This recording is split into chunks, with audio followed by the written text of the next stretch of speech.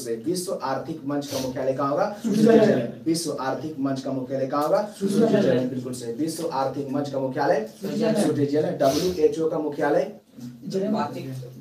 Geneva. WHO का कहाँ है? जेनेवा। ठीक है। वर्ल्ड हेल्थ ऑर्गेनाइजेशन शुरुआत में विश्व स्वास्थ्य संगठन 7 अप्रैल 1948 को इसका स्थापना हुआ था। इसका भी मुख्यालय कहाँ हो जाएगा? जेनेवा। कहाँ है? जेनेवा में मुख्यालय। ठीक है, बिल्कुल सही है। आगे बढ़ते हैं।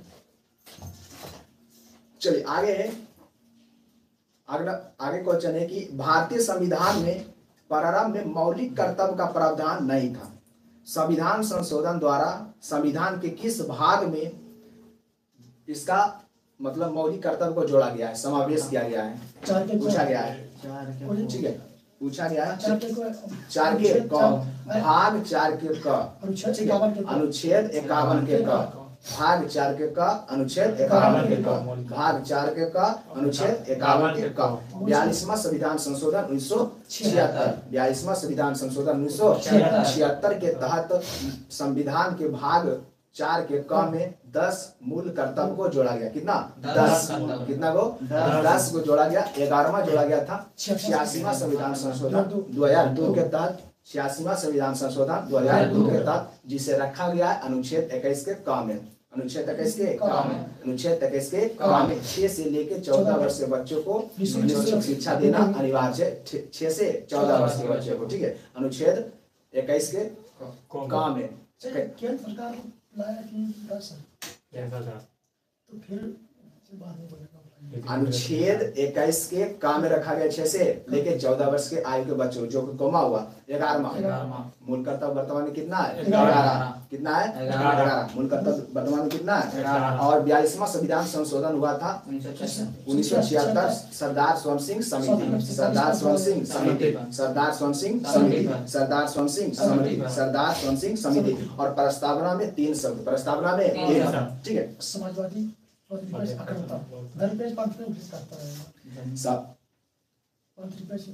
प्रस्तावना में कितना शब्द जोड़ा गया था? 3 शब्द। ठीक है, बिल्कुल से। प्रस्तावना में कितना शब्द? 3 शब्द। कौन सा संविधान संशोधन के द्वारा? 42वां संविधान संशोधन। 42वां संविधान संशोधन 1976। और प्रस्तावना कहाँ से लिया गया? ऑस्ट्रेलिया से। और प्रस्तावना की भाषा अमेरिका।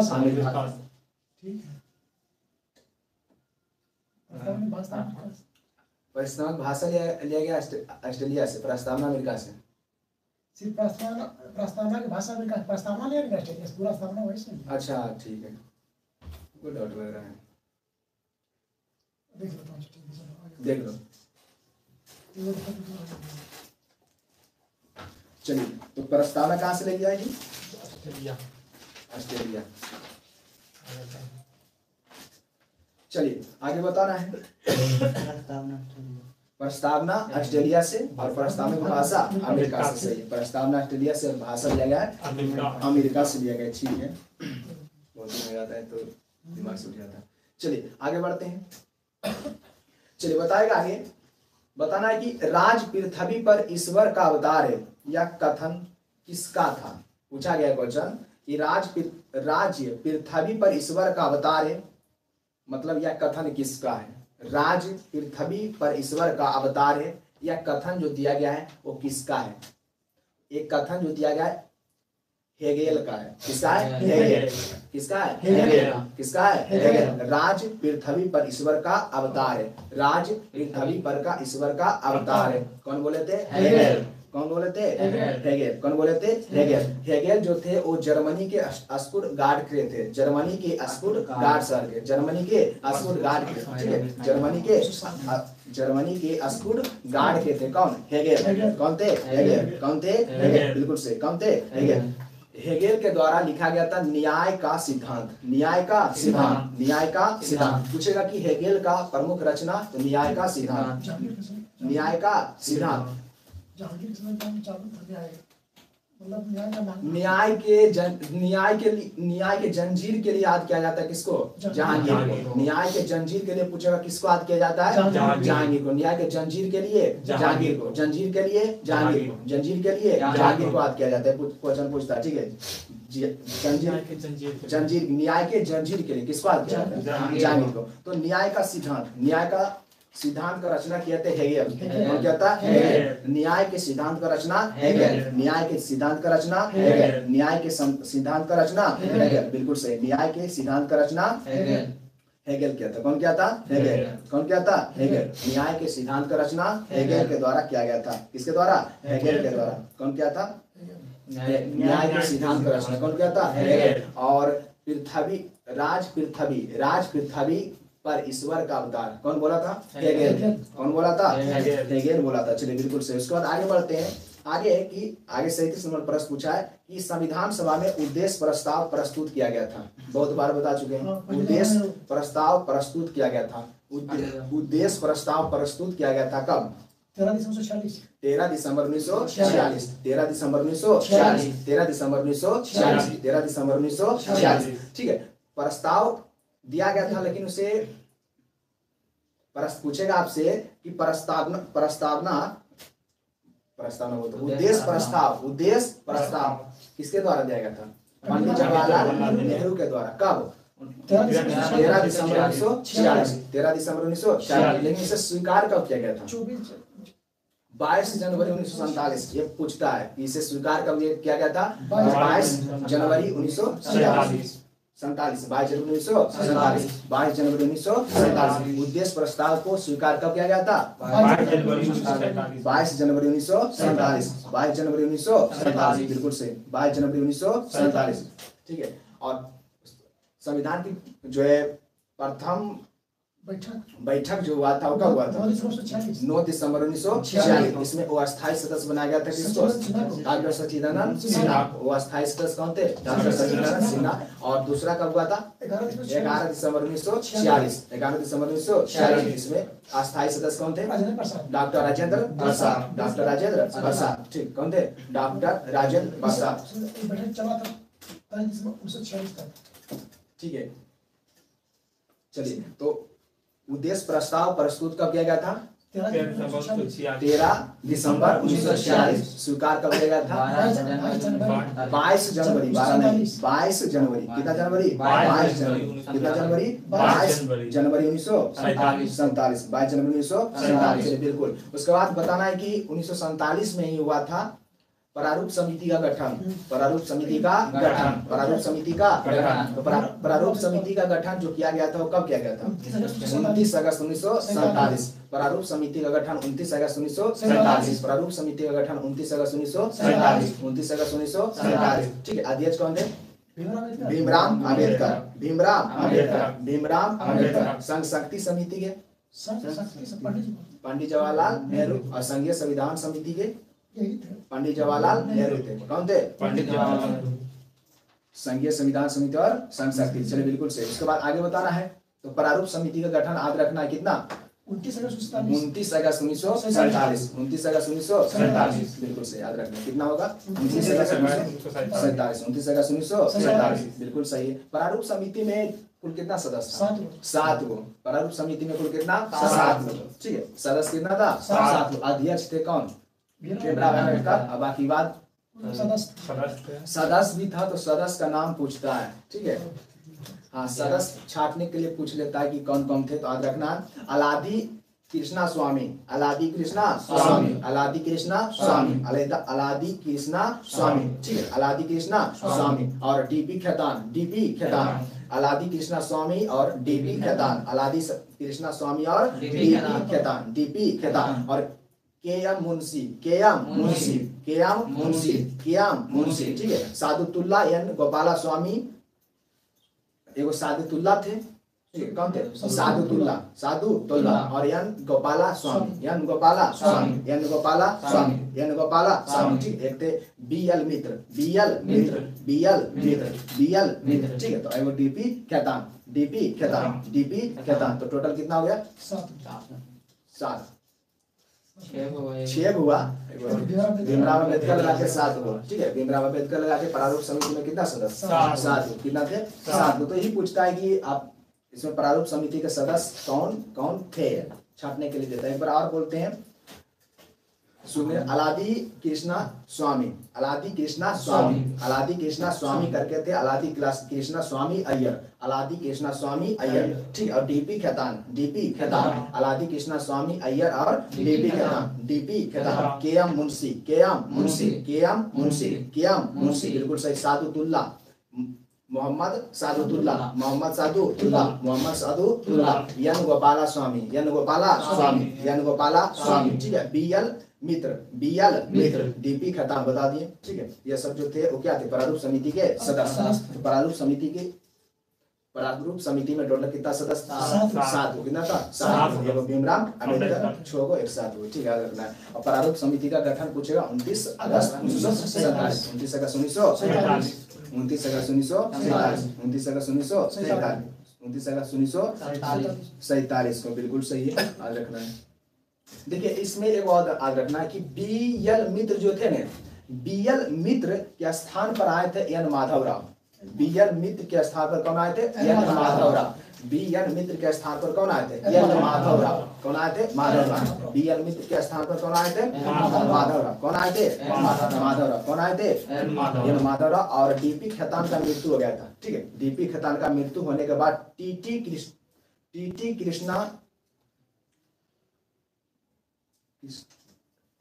कृष्ण मचारी करके थे, टीटी कृष्ण मचारी।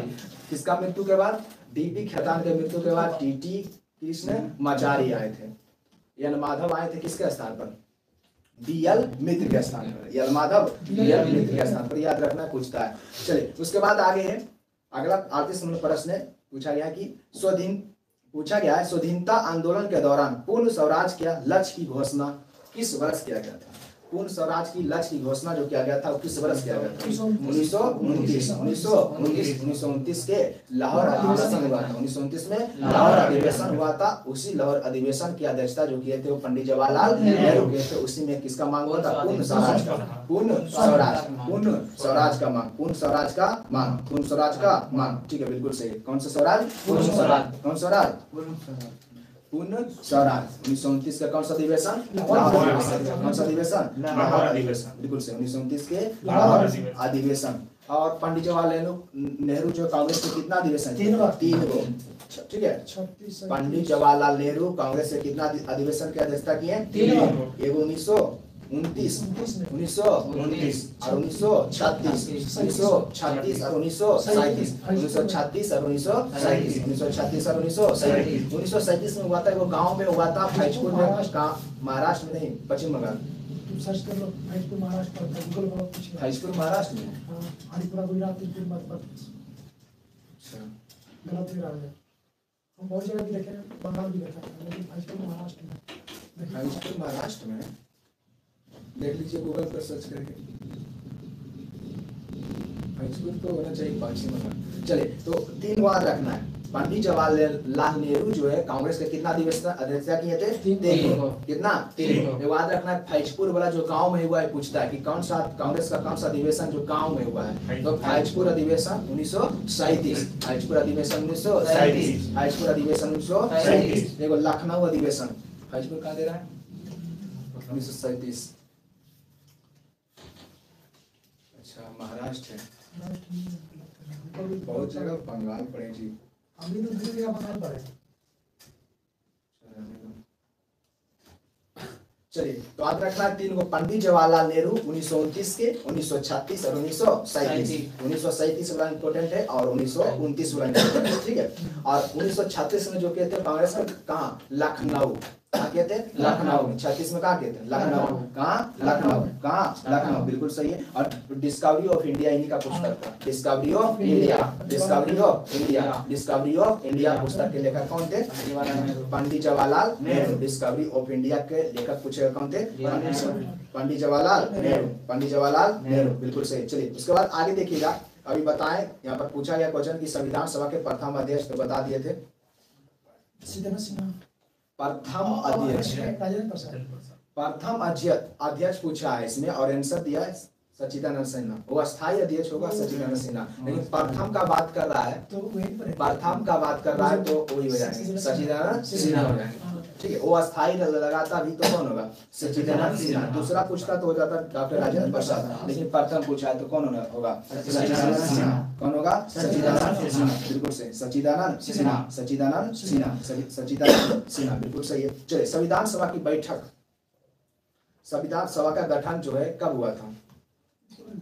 जुलाई 1946, जुलाई 1946, जुलाई 1946, ठीक है।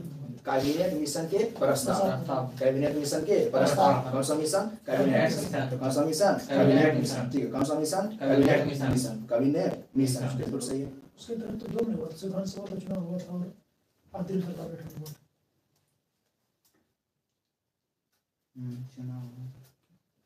कैबिनेट मिशन के जो 2 प्रस्ताव थे, वो अंतिम सरकार का गठन हुआ था, संविधान सभा का चुनाव। हाँ, चलिए आगे बढ़ते हैं। तो इसमें संविधान सभा के द्वितीय बैठक में अस्थायी सदस्य कौन थे? Doctor Rajendra Prasad, doctor Rajendra Prasad. और उसमें वो अस्थायी अध्यक्ष नहीं, वो अस्थायी नहीं। पूछेगा आपसे कि संविधान सभा का तो द्वितीय बैठक हुआ था ना, एक कितना 11 दिसंबर 1946 में, तो उसमें जो उपाध्यक्ष जो थे, उपाध्यक्ष कौन थे? अस्थायी उपाध्यक्ष हरिश्चंद्र मुखर्जी। कौन थे? हरिश्चंद्र मुखर्जी। ये संविधान सभा का जब द्वितीय बैठक हुआ था कब? 11 दिसंबर 1946 में, तो इसमें उपाध्यक्ष जो थे वो कौन थे? हरिश्चंद्र मुखर्जी, हरिश्चंद्र मुखर्जी, हरिश्चंद्र मुखर्जी, हरिश्चंद्र मुखर्जी। और हरिश्चंद्र मुखर्जी ही हिंदू पैट्रियार्क लिखे थे, हिंदू पैट्रियार्क, ठीक है, हिंदू पैट्रियार्क। हिंदू पैट्रियार्क पुस्तक के लेखक कौन थे? हरिश्चंद्र मुखर्जी। हिंदू पैट्रियार्क के लेखक हरिश्चंद्र मुखर्जी। हिंदू पैट्रियार्क पुस्तक के लेखक हरिश्चंद्र मुखर्जी।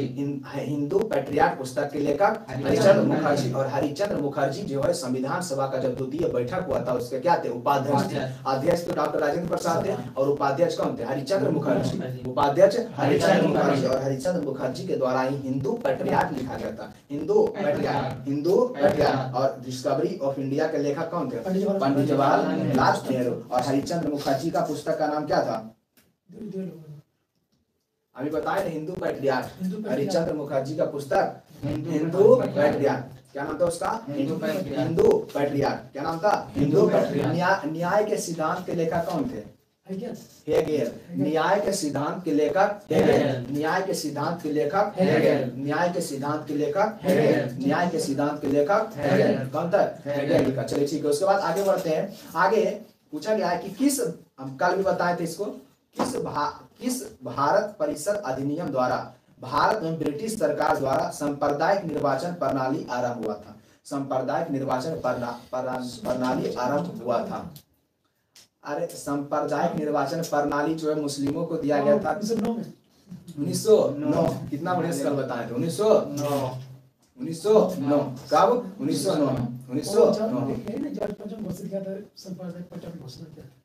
1909 बिल्कुल से याद रखना है। 1909 में लैंग्वेज सिर्फ चेंज किया और कुछ नहीं करता है इसमें। चलिए देखिएगा, 1909 मार्लिमेंटो सुधार कब आया था? मार्लिमेंटो सुधार अधिनियम 1909 बिल्कुल सही है। देखिए लॉर्ड मार्ले उस समय सचिव थे। लॉर्ड मार्ले उस समय क्या थे? सचिव। और लॉर्ड मिंटो उस समय क्या थे? वायसराय। तो लॉर्ड मिंटो क्या थे? मार्ले सचिव थे और मिंटो वायसराय थे। तो इसमें मान्यता दिया जाता पहले सचिव का, उसके बाद वायसराय। कौन? Morley Minto, Morley Minto, Morley Minto, ठीक है, मार्ले मिंटो हो गया, मार्ले मिंटो। तो 1909 पार्लियामेंट 1909 अमृतसर अधिवेशन हुआ था मुस्लिम का। अमृतसर अधिवेशन 1908 में 1908 बिल्कुल से 1908 हुआ था। इसमें मुस्लिम लीग का संविधान बनकर तैयार हुआ था 1907 में 1907 और 1909 में जो है मुस्लिमों को अलग से पृथक निर्वाचन मंडल दिया गया था 1909 में। कब? 1909 में, बिल्कुल से याद रखना है। कब दिया गया था? 1909। और देखिए 1909 में सिर्फ मुस्लिम को दिया गया था। 1909 में सिर्फ मुस्लिम को अलग से सांप्रदायिक निर्वाचन जो दिया गया था अलग से। किसमें? किसको? सिर्फ मुस्लिम। सांप्रदायिक निर्वाचन का जनक भी जानते हैं हम लोग किसको? मिंटो को मिंटो। सांप्रदायिक निर्वाचन का जनक किसको कहते हैं? मिंटो। मिंटो को। सांप्रदायिक निर्वाचन का जनक किसको कहते हैं? मिंटो को। सांप्रदायिक निर्वाचन का जनक मिंटो। Lord Minto. सांप्रदायिक निर्वाचन का जनक लॉर्ड मिंटो किसको कहते हैं? Lord Minto. जब 1919 के भारत शासन अधिनियम जब आया, 1919 के भारत शासन अधिनियम जब आया था, तो सांप्रदायिक निर्वाचन का और ज्यादा विस्तार हुआ। ठीक है, सांप्रदायिक निर्वाचन का विस्तार हुआ। सांप्रदायिक निर्वाचन शुरुआत हुआ था 1909 के पार्लियामेंटो सुधार का, लेकिन फिर 1919 के भारत शासन अधिनियम के तहत उसे क्या किया? विस्तार किया गया, जिसमें कि आपको इसमें सिखों को भी दिया गया। किसको? सिख लोगों को और यूरोपीय लोगों को। सिख लोग और यूरोपीय लोग, सिख लोग और यूरोपीय और आंग्ल भारतीय लोगों को, आंग्ल भारतीय लोग एवं ईसाइयों को जो है निर्वाचन, सांप्रदायिक निर्वाचन देना प्रारंभ किया था। ठीक है, तो पूछेगा सांप्रदायिक निर्वाचन का विस्तार 1909 भारत शासन अधिनियम 1919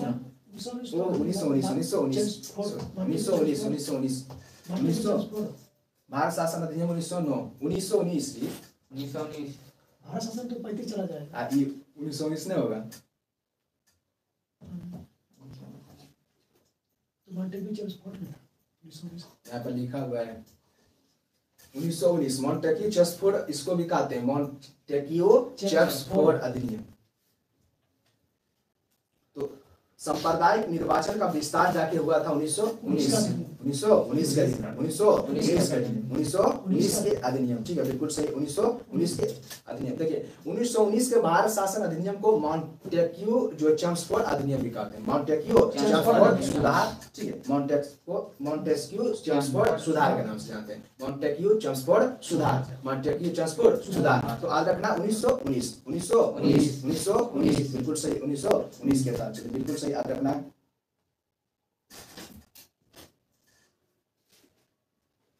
चलिए आगे बढ़ते हैं। तो बताना है कि 1919 के तहत पूछेगा आपसे कि सिख लोगों को एवं यूरोपीय लोगों को एवं ईसाइयों को अलग से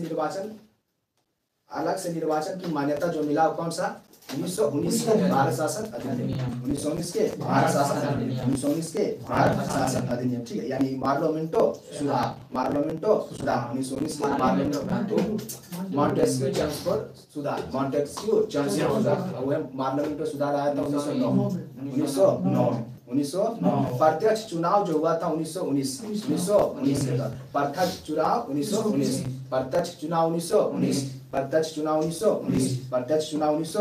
बिल्कुल याद रखना। प्रत्यक्ष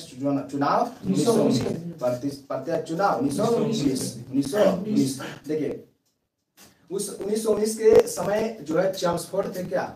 चेम्सफोर्ड वाइसराय थे और मॉन्टेग्यू क्या थे? सचिव थे। दोनों के जोड़कर बना दिया गया मॉन्टेग्यू चेम्सफोर्ड सुधार, मॉन्टेग्यू चेम्सफोर्ड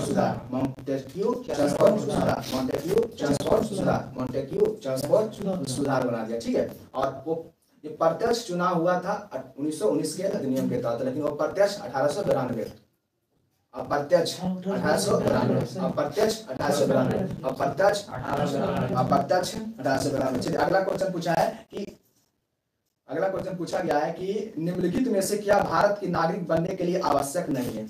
मतलब इसमें दिया हुआ है 4 ऑप्शन कि इसमें कौन जो है भारत के नागरिक के लिए आवश्यक नहीं है। तो पहला है वंशानुक्रम, दूसरा है जन्म, तीसरा है देशीकरण और चौथा है अधिकृत संपत्ति।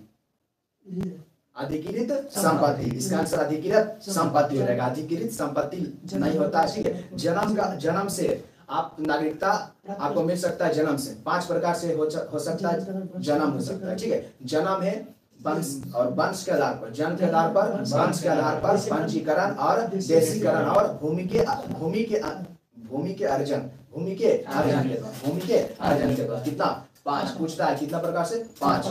जन्म से, वंश से, जन्म से या फिर वंश के परंपरा के आधार पर बोल सकते हैं, या फिर पंजीकरण या फिर देशीकरण और भूमि के अर्जन। और बता चुके थे कि नागरिकता संबंधित अधिनियम जो आया था कब आया था? 1955 में। कब आया था? 1955। और अनुच्छेद 11 के तहत नागरिकता संबंधी कानून बनाएगा कौन? सांसद, और सांसद देगा किसको? गृह मंत्री को। किसको? गृह मंत्री को बनाने देगा। किसको देगा? गृह मंत्री को। नागरिकता संबंधित अधिनियम आया था 1955, लेकिन सबसे पहले इसमें संशोधन हुआ था 1985। संशोधन कब हुआ? 1986 में प्रथम संशोधन, 1986 में पहला, उसके बाद हुआ था 1992 के बाद हुआ था 2003 में, 2003 के बाद हुआ 2005 में। कब हुआ? 2005 के बाद हुआ 2015, 2005 के बाद 2015 के बाद 2019। तो आपसे पूछेगा नागरिकता संबंधित अधिनियम कब आया? 1955, लेकिन इसमें प्रथम बार सुधार 1986। ये दोनों याद रखना है। 1986 प्रथम बार सुधार 1986, लेकिन बता दिए 1986 में पहला, उसके बाद 1992 में, 2003 में, 2005 में, 2015 में, 2019 में। कितना? 2019, बिल्कुल सही, 2019 में। और ये बात याद रखना है कि नागरिकता संबंधित कानून कौन बनाएगा? संसद। किसको देगा? बिल्कुल सही है। अनुच्छेद 11 के तहत 5 से 11 हम नहीं पूछ रहे हैं, नागरिकता उसमें 5 से 11 हम वो बात नहीं पूछ रहे हैं। वहाँ पे पानी रख दिया वहाँ पे नहीं है इसमें।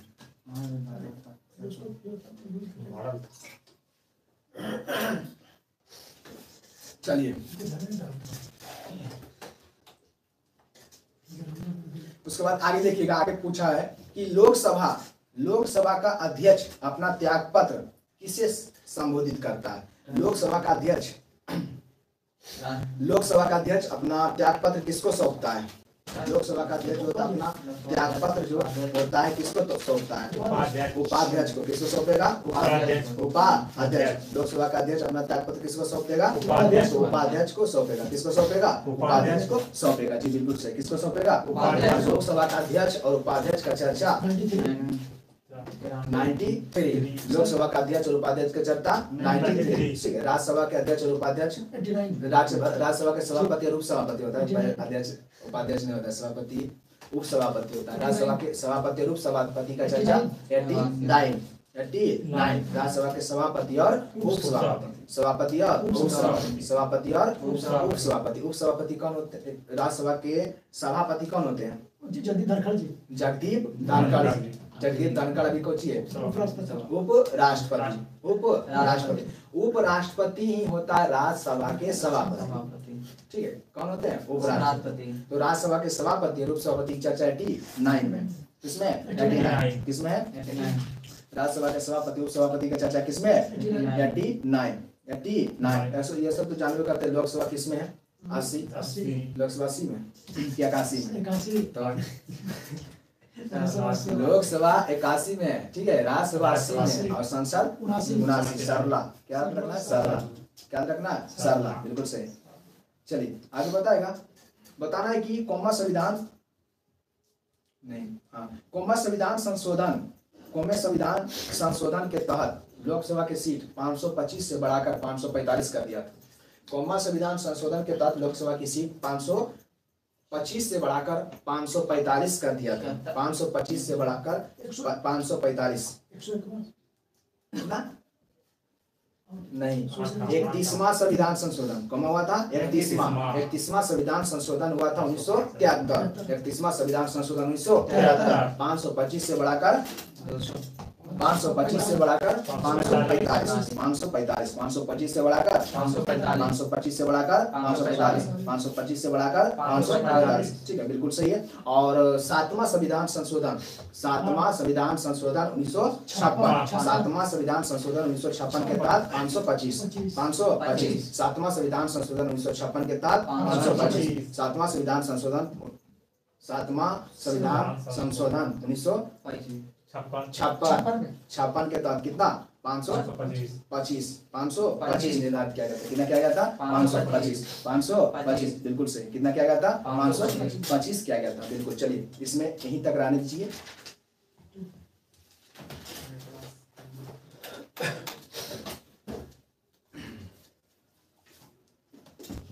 चलिए हिस्ट्री चल रहा था आपको। उसमें पॉलिटी है सिर्फ उतना। अब कल तक में पॉलिटी है चलेगा, जहाँ से उठाया है ना वहाँ से पॉलिटी से उठाया तो 5-6 को पॉलिटी डाल दिया है, लोकसभा से 4-5 को, राज्यसभा से 4-5 को इसी करके डाल दिया है। चलिए IAS में नवीन स्वायत्त राज्य तो कभी ना हो गया था, 1857 क्रांति भी हो गया था, ठीक है, चल रहा है 1857 की क्रांति। चलिए ठीक है, बिल्कुल सही है। चलिए बताना कि 1857 की क्रांति के समय लखनऊ से विद्रोह कौन कर रहा था? बेगम हजरत महल। लेकिन लखनऊ में दबा कौन रहा था? लखनऊ में दबा रहा था कैंपबेल। लखनऊ में दबा रहा था कैंपबेल। लखनऊ में कौन दबा रहा था? कौन दबा रहा था? लखनऊ में कौन दबा रहा था? बिल्कुल सही है। बताना कि शिशु वध पर प्रतिबंध लगाया था कौन?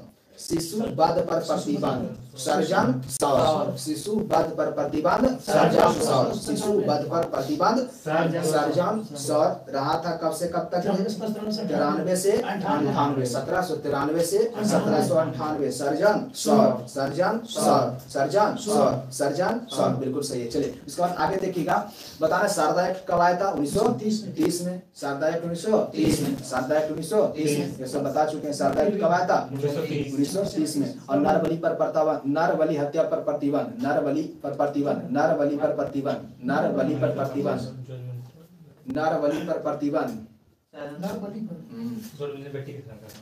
अच्छा बताइएगा 1844 से 1845 तक रहा। 1844 से 45 हार्डिंग प्रथम, ठीक है, हार्डिंग प्रथम से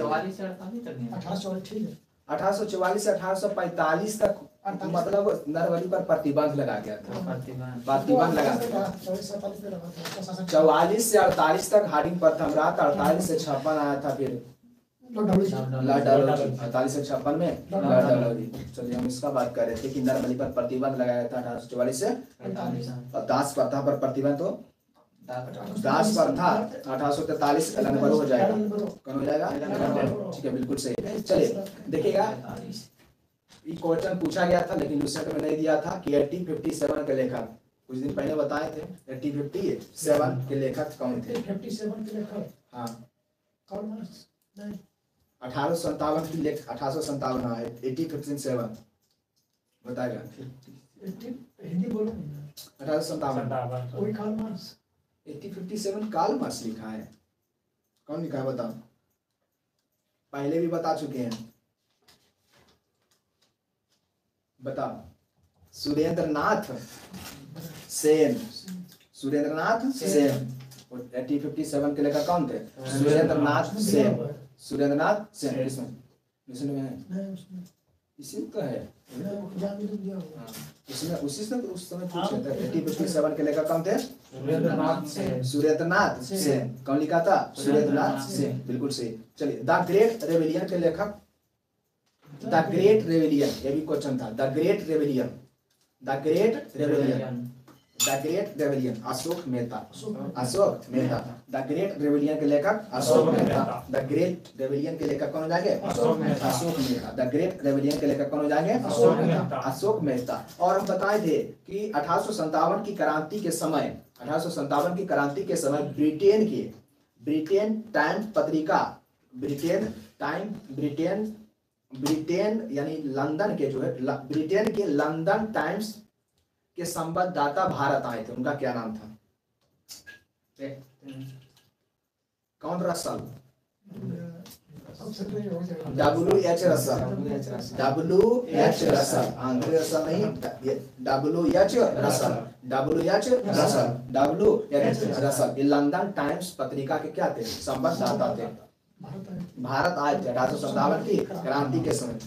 1857 की क्रांति के समय, बिल्कुल सही। चलिए पील कमीशन के सिफारिश के अनुसार भारतीय सैनिकों और यूरोपीय सैनिकों की संख्या का अनुपात 5 अनुपात से घटाकर कितना कर दिया था? 5 अनुपात 1 से 5 अनुपात 1 से घटाकर 2 अनुपात 1 कर दिया। 2 अनुपात 1, 5 अनुपात 1 से घटाकर 2 अनुपात 1, 5 अनुपात 1 से घटाकर 2 अनुपात 1। बताएगा आगे। बताना है कि कांग्रेस याचना करने वाली संस्था है। कौन बोले थे? कांग्रेस, मतलब कांग्रेस के बारे में बात किया गया है। इसमें अपना अपना मत रखे थे जिसमें बोला गया था कि कांग्रेस याचना करने वाली एक संस्था है। बिपिन चंद्र पाल बोले थे कि कांग्रेस जो है याचना करने वाली संस्था क्या है, संस्था। और बीजी तिलक बोले थे कि वर्ष में एक बार टरटराने से कुछ नहीं होगा। कौन बोले थे? बीजी तिलक। कौन बोले थे? बीजी तिलक। कौन बोले थे? बीजी तिलक। और कौन बोले थे कि कांग्रेस जो है डफरिन के दिमाग का उपज है। कांग्रेस डफरिन का दिमाग का उपज है। कांग्रेस डफरिन का दिमाग का उपज है। तो लाला लाजपत राय बोले थे। कौन बोले थे? लाला लाजपत राय। क्या बोले थे? कांग्रेस डफरिन के दिमाग का उपज है। ठीक है। और क्वाइड किसके दिमाग का उपज है? क्वाइड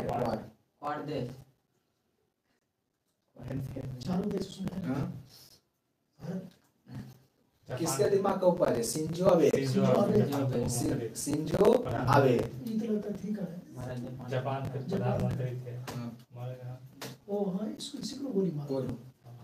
साइन इसी को मतलब हम पब्लिक इसी मारा था इसी। चलिए आइए यहाँ पर इंपॉर्टेंट है जिसको देख लेते हैं। चलिए आगे बताना है कि बनारस अधिवेशन 1905 बनारस अधिवेशन 1905 का अध्यक्षता कौन किए थे? बनारस अधिवेशन 1905 कांग्रेस के बनारस अधिवेशन 1905 कांग्रेस के बनारस अधिवेशन 1905 का अध्यक्षता कौन किया था? गोपाल कृष्ण गोखले। कौन कहते? गोपाल कृष्ण गोखले। गोपाल कृष्ण गोखले। गोपाल कृष्ण गोखले। गोपाल कृष्ण गोखले। ठीक है। तो करजन के बंगाल विभाजन की नीति का विरोध हुआ था कौन सा अधिवेशन में? पूछेगा कि करजन के बंगाल विभाजन विरोध की नीति जो हुआ था किसमें? 1905 कौन सा अधिवेशन? बनारस अधिवेशन। ठीक है। बनारस अधिवेशन कांग्रेस के कौन सा अधिवेशन? बनारस अधिवेशन। कांग्रेस के बनारस अधिवेशन में करजन के द्वारा बंगाल विभाजन के विरुद्ध में मतलब करजन जो बंगाल विभाजन कर रहा था उसी के विरोध किया गया था। किसमें? बनारस अधिवेशन। कांग्रेस के बनारस अधिवेशन कब हुआ था? 1905। कब हुआ था? 1905। कांग्रेस के बनारस अधिवेशन कब हुआ था? 1905। कब हुआ था? 1905 में। ठीक है। अध्यक्षता किए तो गोपाल कृष्ण गोखले। गोपाल कृष्ण गोखले। गोपाल कृष्ण गोखले। और लाला लाजपत राय प्रथम बार सत्याग्रह अपनाने का विचार। प्रथम बार सत्याग्रह अपनाने का विचार किसमें? कांग्रेस के बनारस अधिवेशन। कांग्रेस के बनारस अधिवेशन। ठीक है। पूछेगा कि लाला लाजपत राय जो है सत्याग्रह का प्रथम विचार रखे थे कांग्रेस के कौन सा अधिवेशन में? कांग्रेस का बनारस अधिवेशन। ठीक है। कांग्रेस का प्रथम बार सत्याग्रह अपनाने का विचार रखा गया था कांग्रेस के बनारस अधिवेशन में रखा गया था। कांग्रेस के बनारस अधिवेशन लाला लाजपत राय रखे थे। कौन रखे थे? लाला लाजपत राय। कांग्रेस के बनारस अधिवेशन 1905 अध्यक्षता कौन किया था? गोपाल कृष्ण गोखले। गोपाल कृष्ण गोखले। गोपाल कृष्ण गोखले। गोपाल कृष्ण गोखले। चलिए ठीक है। उसके बाद आगे बताना है कि 1906 के कलकत्ता अधिवेशन का अध्यक्षता कौन किए थे? 1906 के कलकत्ता अधिवेशन दादाभाई नौरोजी। दादाभाई नौरोजी। दादाभाई नौरोजी। दादाभाई नौरोजी। हाँ, स्वराज शब्द का प्रयोग सबसे पहले किसमें हुआ था? 1906 कांग्रेस के 1906 कांग्रेस के कौन सा अधिवेशन? 1906 बिल्कुल सही। 1906 बिल्कुल। आगे बताना है। देखे ये जो कलकत्ता अधिवेशन हो रहा था ना 1906 में उसमें जो है नरमपंथी रास बिहारी घोष जो थे वो बनाना चाह रहे थे किसको? वो बना जो देखिए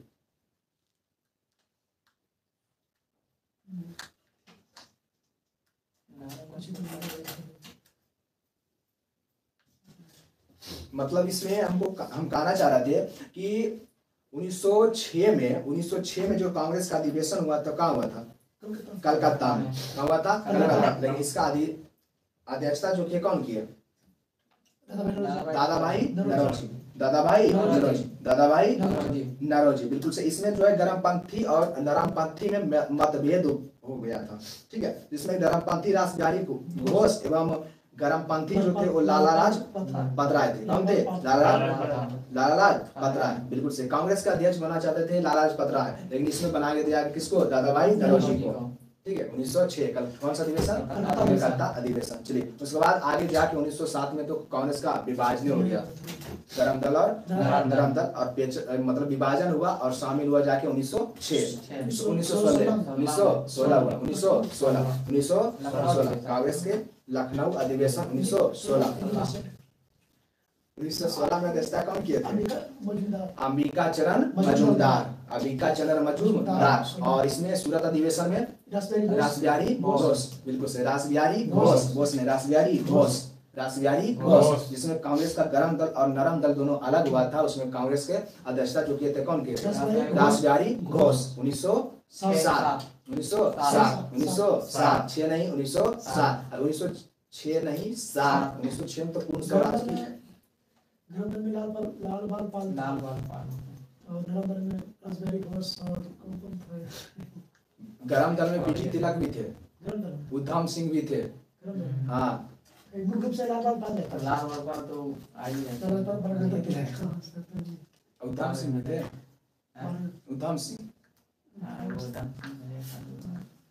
चलिए आगे देखिएगा, और मुस्लिम लीग और कांग्रेस के बीच समझौता भी हुआ था 1916 में। 1916 में एडी बेसेंट के द्वारा जो है उस 1916 में एसी बेसेंट के द्वारा क्या हुआ था, होमरूल लीग का स्थापना कब हुआ, 1916 कहाँ हुआ था, अड़ियार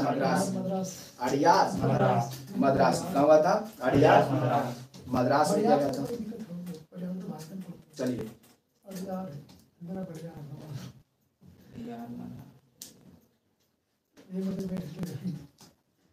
और पूना में किए थे कौन, बीजी तिलक, पूना में बीजी तिलक किए थे कहाँ, पूना में, रखना बीजी तिलक कहाँ किए थे, पूना में किए थे। उसके बाद 1929 का कांग्रेस का लाहौर अधिवेशन, उसका अध्यक्षता जवाहरलाल नेहरू, ठीक है याद रखना। और 1929, चलिए ठीक है 1929 स्वाधीनता की मांग किया गया था 1929 पूर्ण स्वतंत्रता यानी स्वाधीनता का मांग, पूर्ण स्वाधीनता का मांग हुआ था 1929 के कौन सा अधिवेशन, लाहौर अधिवेशन, और रावी नदी के तट पर, ठीक है कब 1929 हाँ 31 दिसंबर 1929 को जो है झंडा फहराया गया था रावी नदी के तट पर, फहराया था 31 दिसंबर 1929 को, ठीक है, और घोषित कर दिया 26 जनवरी 1929। चलिए ठीक है, कौन सा नदी के तट पर, रावी नदी, पूछेगा कौन सा नदी है, रावी नदी, कौन सा नदी, रावी नदी के तट पर, बिल्कुल सही। आगे बताएगा कौन फहराए थे, पंडित जवाहरलाल नेहरू, कौन फहराए थे, पंडित जवाहरलाल नेहरू फहराए थे, ठीक है। 31 दिसंबर 1929 के रात्रि को झंडा फहरा दिए थे, कौन सी नदी, रावी नदी के तट पर, रावी नदी के तट पर, बिल्कुल। आगे बताना कि कांग्रेस के कराची अधिवेशन का अध्यक्षता कब हुआ और किसने किए थे, बिल्कुल सही, बाल गंगाधर की वल्लभ भाई पटेल और सरदार वल्लभ भाई पटेल कराची अधिवेशन का अध्यक्षता जो किए थे सरदार वल्लभ भाई पटेल, कब हुआ था 1931 में, कब हुआ था 1931 कराची अधिवेशन 1931। गांधी इरविन समझौता 1931 में, ठीक है 1931। और गांधी जी इसी में बोले थे कि गांधी मर सकता है लेकिन गांधीवादी नहीं। पूछेगा कि गांधी जी कांग्रेस के किस अधिवेशन में बोले थे कि गांधी मर सकता है, गांधीवादी नहीं मर सकता है, कराची अधिवेशन, कांग्रेस का कराची अधिवेशन 1931, कराची अधिवेशन 1931, कराची अधिवेशन 1931, कराची अधिवेशन 1931, बिल्कुल सही है। कराची अधिवेशन का अध्यक्षता जो किए थे कौन कहते हैं, वल्लभ भाई पटेल, सरदार वल्लभ भाई पटेल, ठीक है बिल्कुल। आगे बताया त्रिपुरी अधिवेशन कब हुआ, त्रिपुरी अधिवेशन 1939,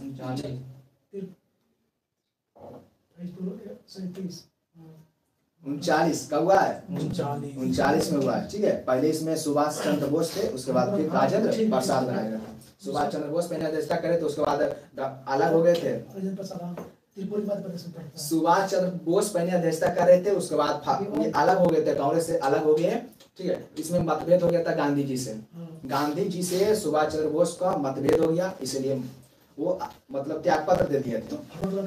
तो उसके बाद इसने 1939 में फॉरवर्ड ब्लॉक का स्थापना किए, लेकिन कांग्रेस का अध्यक्षता जो संभाला था और की राजेंद्र प्रसाद। तो पूछेगा कि सुभाष चंद्र बोस के इस्तीफा देने के बाद अध्यक्षता कौन किए थे? राजेंद्र प्रसाद। और इस्तीफा देकर इसने फॉरवर्ड ब्लॉक का स्थापना भी किए थे। कौन किए थे? राजेंद्र प्रसाद। सुभाष चंद्र बोस। फॉरवर्ड ब्लॉक का स्थापना सुभाष चंद्र बोस के द्वारा किया गया था। कांग्रेस में सुभाष चंद्र बोस ने फॉरवर्ड ब्लॉक का स्थापना किए थे। कब किए थे? 1939 में। कब किए थे? 1939। कब किए थे? 1939, बिल्कुल सही। और 1937 हाईस्कूल नहीं, त्रिपुरी अधिवेशन सही है। 1939 में त्रिपुरी सुभाष चंद्र बोस किए थे, सुभाष चंद्र बोस। उसके बाद इस्तीफा दिए तो आ गए कौन? राजेंद्र प्रसाद आ गए, हाँ, त्याग पत्र देने के बाद। और 37 में तो फैजपुर बोला, तो फैजपुर बोला समझ आएगी। नहीं ठीक है। फैजपुर जो प्रथम गांव में हुआ था, फैजपुर जवाहरलाल नेहरू, ठीक है, जवाहरलाल नेहरू के द्वारा। याद रखना, गया हुआ था 1922 में। कहाँ हुआ था? 22 में हुआ था, बिल्कुल सही। कौन थे? मोतीलाल नेहरू थे। और बांकीपुर में हुआ था 1912 पटना बांकीपुर, ठीक है। 1912 पटना बांकीपुर। कौन मधोलकर? यानी आर्यन मधोलकर। आर्यन मधोलकर 1912 बांकीपुर पटना। आर्यन मधोलकर। चलिए ठीक है। उसके बाद आगे देखिए, यहाँ से प्रमुख संगठन देखना है यहाँ से। चलिए, जो कि इंपोर्टेंट संगठन है, इसको ध्यान में रखना है। चलिए आगे बताना है कि लैंड होल्डर्स सोसाइटी। लगेगा खराब, लेकिन क्वेश्चन पूछा गया, ठीक है। लैंड होल्डर्स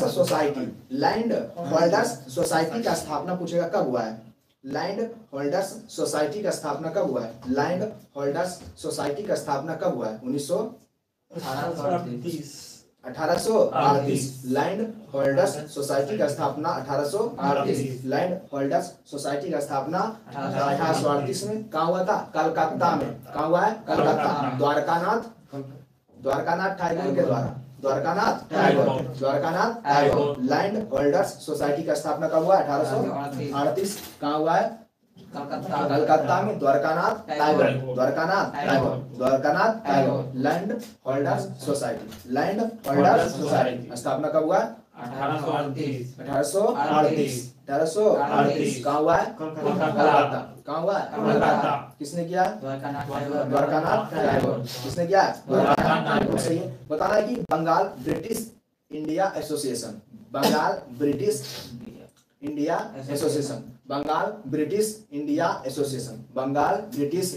एसोसिएशन का स्थापना कब हुआ है? बंगाल ब्रिटिश इंडिया एसोसिएशन का स्थापना पूछेगा तो 1843 में। 1843। बंगाल ब्रिटिश इंडिया एसोसिएशन स्थापना कब हुआ? 1843। बिल्कुल सही है। थॉमसन के द्वारा। किसके द्वारा? थॉमसन के द्वारा। George Thompson. वो इलेक्ट्रॉन का खोज किया था जे थॉमसन।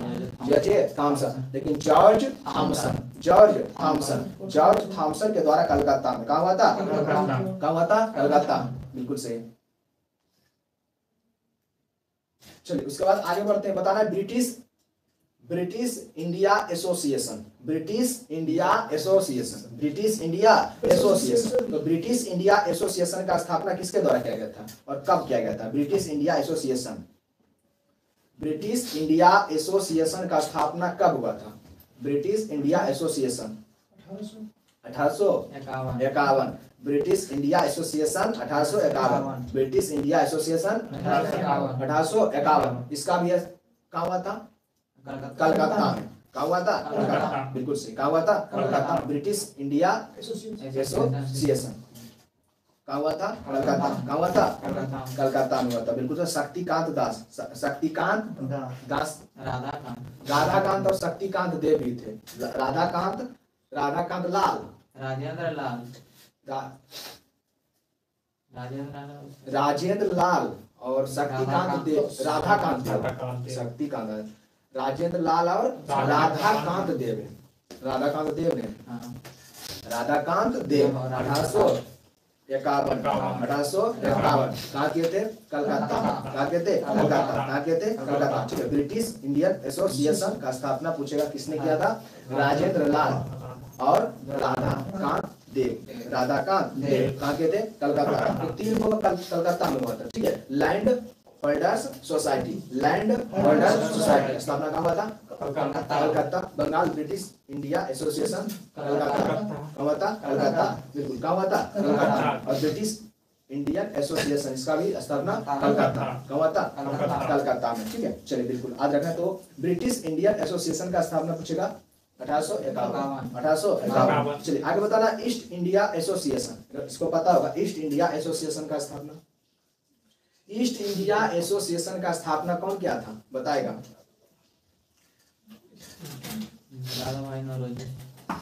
जो भारतीय सुधार समिति का गठन किया था।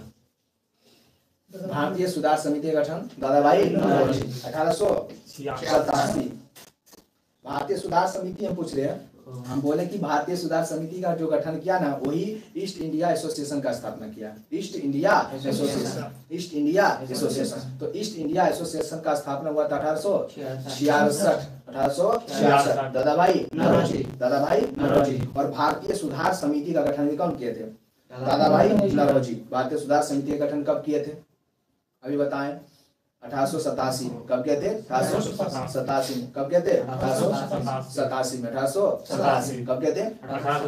हाँ। चलिए आगे बढ़ते हैं। बताएंगे कि पूना सार्वजनिक सभा का स्थापना किसने किए थे? पूना सार्वजनिक सभा का स्थापना, पूना सार्वजनिक सभा का स्थापना कब हुआ और किसने किया? किया था। पूना सार्वजनिक सभा का स्थापना कौन के? एमजी रनाडे। पूना सार्वजनिक सभा का स्थापना कौन किए थे? एमजी रनाडे। पूना सार्वजनिक सभा का स्थापना कौन किए थे? एमजी रनाडे किए थे। कब किए थे? एक बढ़ा दीजिए। 1867। पूना सार्वजनिक सभा का स्थापना कौन किए थे? एमजी रनाडे किए थे।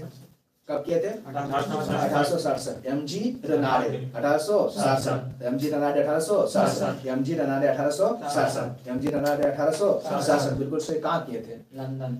एमजी रनाडे लंदन में, महाराष्ट्र में।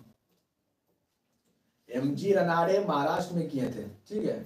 एमजी रनाडे महाराष्ट्र में। Indian east India association, east India Association का स्थापना लंदन में हुआ था। East India association, east India association, east India Association का स्थापना लंदन में कब हुआ था? लंदन। पूना सार्वजनिक सभा, पूना लगा हुआ तो महाराष्ट्र होगा। ठीक है। कहाँ? महाराष्ट्र। पूना कहाँ है? महाराष्ट्र। तो चलिए आगे बताएगा। National India association, national India Association का स्थापना, नेशनल इंडिया एसोसिएशन कब हुआ है? पूना सार्वजनिक सभा और नेशनल इंडिया एसोसिएशन दोनों का स्थापना 1867 में। दोनों कब हुआ? 1867। कब हुआ? 1867। ठीक है। 1867 कारपेंटर के द्वारा। किसके द्वारा? कारपेंटर के द्वारा। किसके द्वारा? कारपेंटर। नेशनल इंडिया एसोसिएशन का स्थापना किसके द्वारा? कारपेंटर के द्वारा। नेशनल इंडिया एसोसिएशन का स्थापना कारपेंटर। ठीक है। किसके द्वारा? कारपेंटर। किसका नाम है? मेरी कारपेंटर। क्या नाम है? मेरी कारपेंटर। क्या नाम है? मेरी कारपेंटर। लंदन में। कहाँ किए थे? लंदन। नाम इस पता लग रहा है विदेश। कहाँ किए थे? लंदन। कहाँ हुआ था? लंदन। कहाँ हुआ था? चलिए बिल्कुल। इंडियन सोसाइटी का स्थापना कौन किया था? इंडियन सोसाइटी कौन है? कौन है? आनंद मोहन बोस। ठीक है। आनंद मोहन बोस। कौन कहते? आनंद मोहन बोस। इंडियन सोसाइटी का आनंद मोहन बोस। कब कहते? 72। इंडियन सोसाइटी हुआ था 72 में। इंडियन सोसाइटी में पूछे क्या? इंडियन एसोसिएशन पूछे। Indian society, Indian association, Indian society तो आनंद मोहन बोस। Indian society 1872। अच्छा। इंडियन सोसाइटी पूछे। इंडियन सोसाइटी के कौन किए थे? आनंद मोहन बोस। और इंडियन सोसाइटी का स्थापना हुआ था 1872। ठीक है। इंडियन सोसाइटी का स्थापना 1872। आनंद मोहन बोस। आनंद मोहन बोस। आनंद मोहन बोस। चलिए ठीक है। आगे बताना है कि इंडियन एसोसिएशन का स्थापना कब हुआ है? Indian association, Indian association, Indian association, Indian association का स्थापना हुआ है 76 में।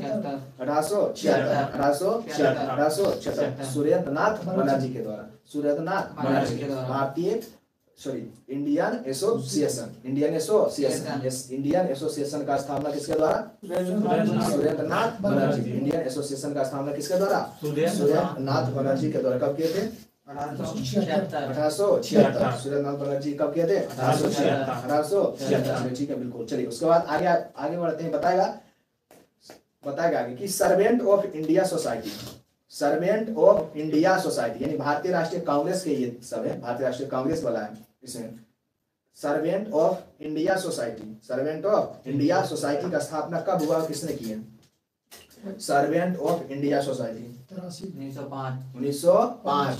Servant of India society, servant of India society, servant of India society का स्थापना 1905। गोपाल कृष्ण गोखले, गोपाल कृष्ण गोखले कौन कहते? गोपाल कृष्ण गोखले, गोपाल कृष्ण गोखले बिल्कुल सही। Servant of India society, servant of India society, servant of India society स्थापना कौन किए थे? Gopal Krishna Gokhale, Gopal Krishna Gokhale. Servant of India society स्थापना कौन किए थे? गोपाल कृष्ण गोखले। कहाँ किए थे? मुंबई में। गोपाल कृष्ण गोखले मुंबई में। होम रूल लीग यानी इसका पूछ रहा है एनी बेसेंट, एनी बेसेंट दोनों किए थे, एनी बेसेंट और बीटी तिलक दोनों मिलकर होम रूल लीग का स्थापना किए थे। मराठी और केसरी से बाल गंगाधर तिलक, मराठा और केसरी से जो है बाल गंगाधर तिलक होम रूल लीग का प्रचार प्रसार कर रहे थे। न्यू इंडिया और कॉमनवेल्थ से कौन कर रहे थे? Annie Besant. न्यू इंडिया और कॉमनवेल्थ से जो है होम रूल लीग का प्रचार प्रसार कौन कर रहे थे? एनी बेसेंट कर रहे थे। ठीक है, कौन कर रहे थे? Annie Besant. न्यू इंडिया और कॉमन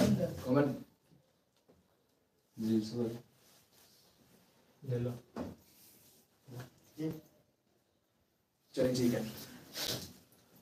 और मराठा और केसरी से बाल गंगाधर तिलक, तो पूछेगा कि मराठा और केसरी के लेखक बाल गंगाधर तिलक। ठीक है, Bal Gangadhar Tilak. New India Commonwealth Annie Besant कौन थे? Annie Besant, Annie Besant, Annie Besant, Annie Besant कौन थे? Annie Besant. और देखिए एनी बेसेंट जो है Annie Besant home rule league का स्थापना जब किए थे तो इसका अध्यक्ष जो बनाया गया था किसको? किसको बनाया गया था? बताएगा जॉर्ज अरुंडेल को। George Arundale, George Arundale.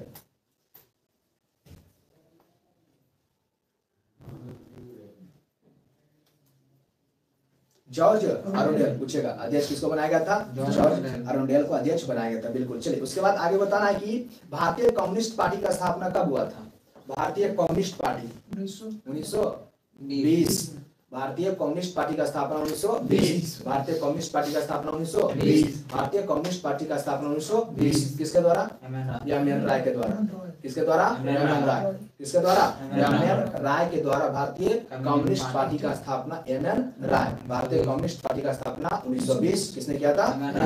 किसने किया था? एम.एन. राय। और स्वराज पार्टी को पता होगा 1923। मोतीलाल और चित्तरंजन दास, मोतीलाल और चित्तरंजन दास कहाँ के थे? दिल्ली में। कहाँ के थे? दिल्ली। भारतीय ट्रेड यूनियन कांग्रेस का स्थापना 1920। भारतीय ट्रेड यूनियन कांग्रेस 1920। भारतीय ट्रेड यूनियन कांग्रेस 1920। भारतीय ट्रेड यूनियन कांग्रेस का स्थापना 1920। ठीक है बिल्कुल सही। उसके बाद आगे पूछेगा आपसे अवध किसान सभा, अवध किसान सभा, अवध किसान सभा की स्थापना 1920। अवध किसान सभा का स्थापना 1920। याद रखना है 3 गो, भारतीय कम्युनिस्ट पार्टी, अवध किसान सभा, भारतीय कम्युनिस्ट पार्टी, अवध किसान सभा, भारतीय कम्युनिस्ट पार्टी, अवध किसान सभा और भारतीय ट्रेड यूनियन, भारतीय ट्रेड यूनियन कांग्रेस, भारतीय ट्रेड यूनियन कांग्रेस और अवध किसान सभा, अवध किसान सभा और भारतीय कम्युनिस्ट पार्टी, भारतीय कम्युनिस्ट पार्टी। ठीक है, 3 गो कितना हुआ? 1920। आज रखिए ऐसा पूछेगा 1920 में हुआ था। ठीक है, कब हुआ था? 1920।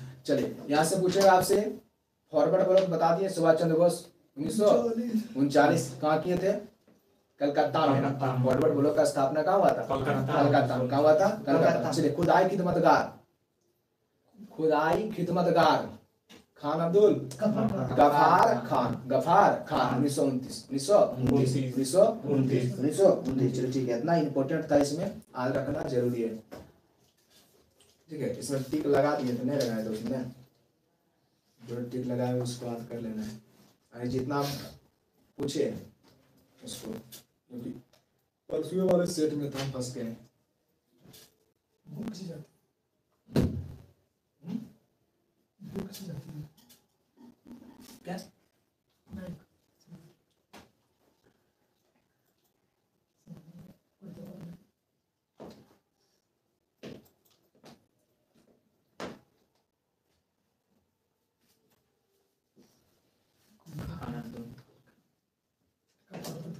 खुदाई की मददगार खानादुल 1929 चलिए और बच गई। अखिल भारतीय किसान सभा 1920 अखिल भारतीय किसान सभा, अखिल भारतीय ट्रेड यूनियन नहीं, अखिल भारतीय किसान सभा, अखिल भारतीय 36 लखनऊ में अखिल भारतीय किसान सभा 1936। लखनऊ ठीक है बिल्कुल। कहाँ? लखनऊ में अखिल भारतीय किसान सभा कहाँ हुआ? लखनऊ में। कहाँ हुआ था? लखनऊ। एनजी रंगा और शाहजानंद सरस्वती, एनजी रंगा और शाहजानंद और एनजी रंगा। अखिल भारतीय ट्रेड, अखिल भारतीय किसान सभा, ट्रेड यूनियन है, अखिल भारतीय किसान सभा। वो तो भारतीय, वो तो अलग है जी, भारतीय ट्रेड यूनियन अलग है। भारतीय ट्रेड यूनियन कांग्रेस है, वो भारतीय ट्रेड यूनियन कांग्रेस। भारतीय ट्रेड यूनियन कांग्रेस का स्थापना 1920 में कब हुआ? 1920। चलिए ठीक है। उसके बाद आगे आइए, बंगाल का विभाजन, बंगाल का विभाजन देखते हैं।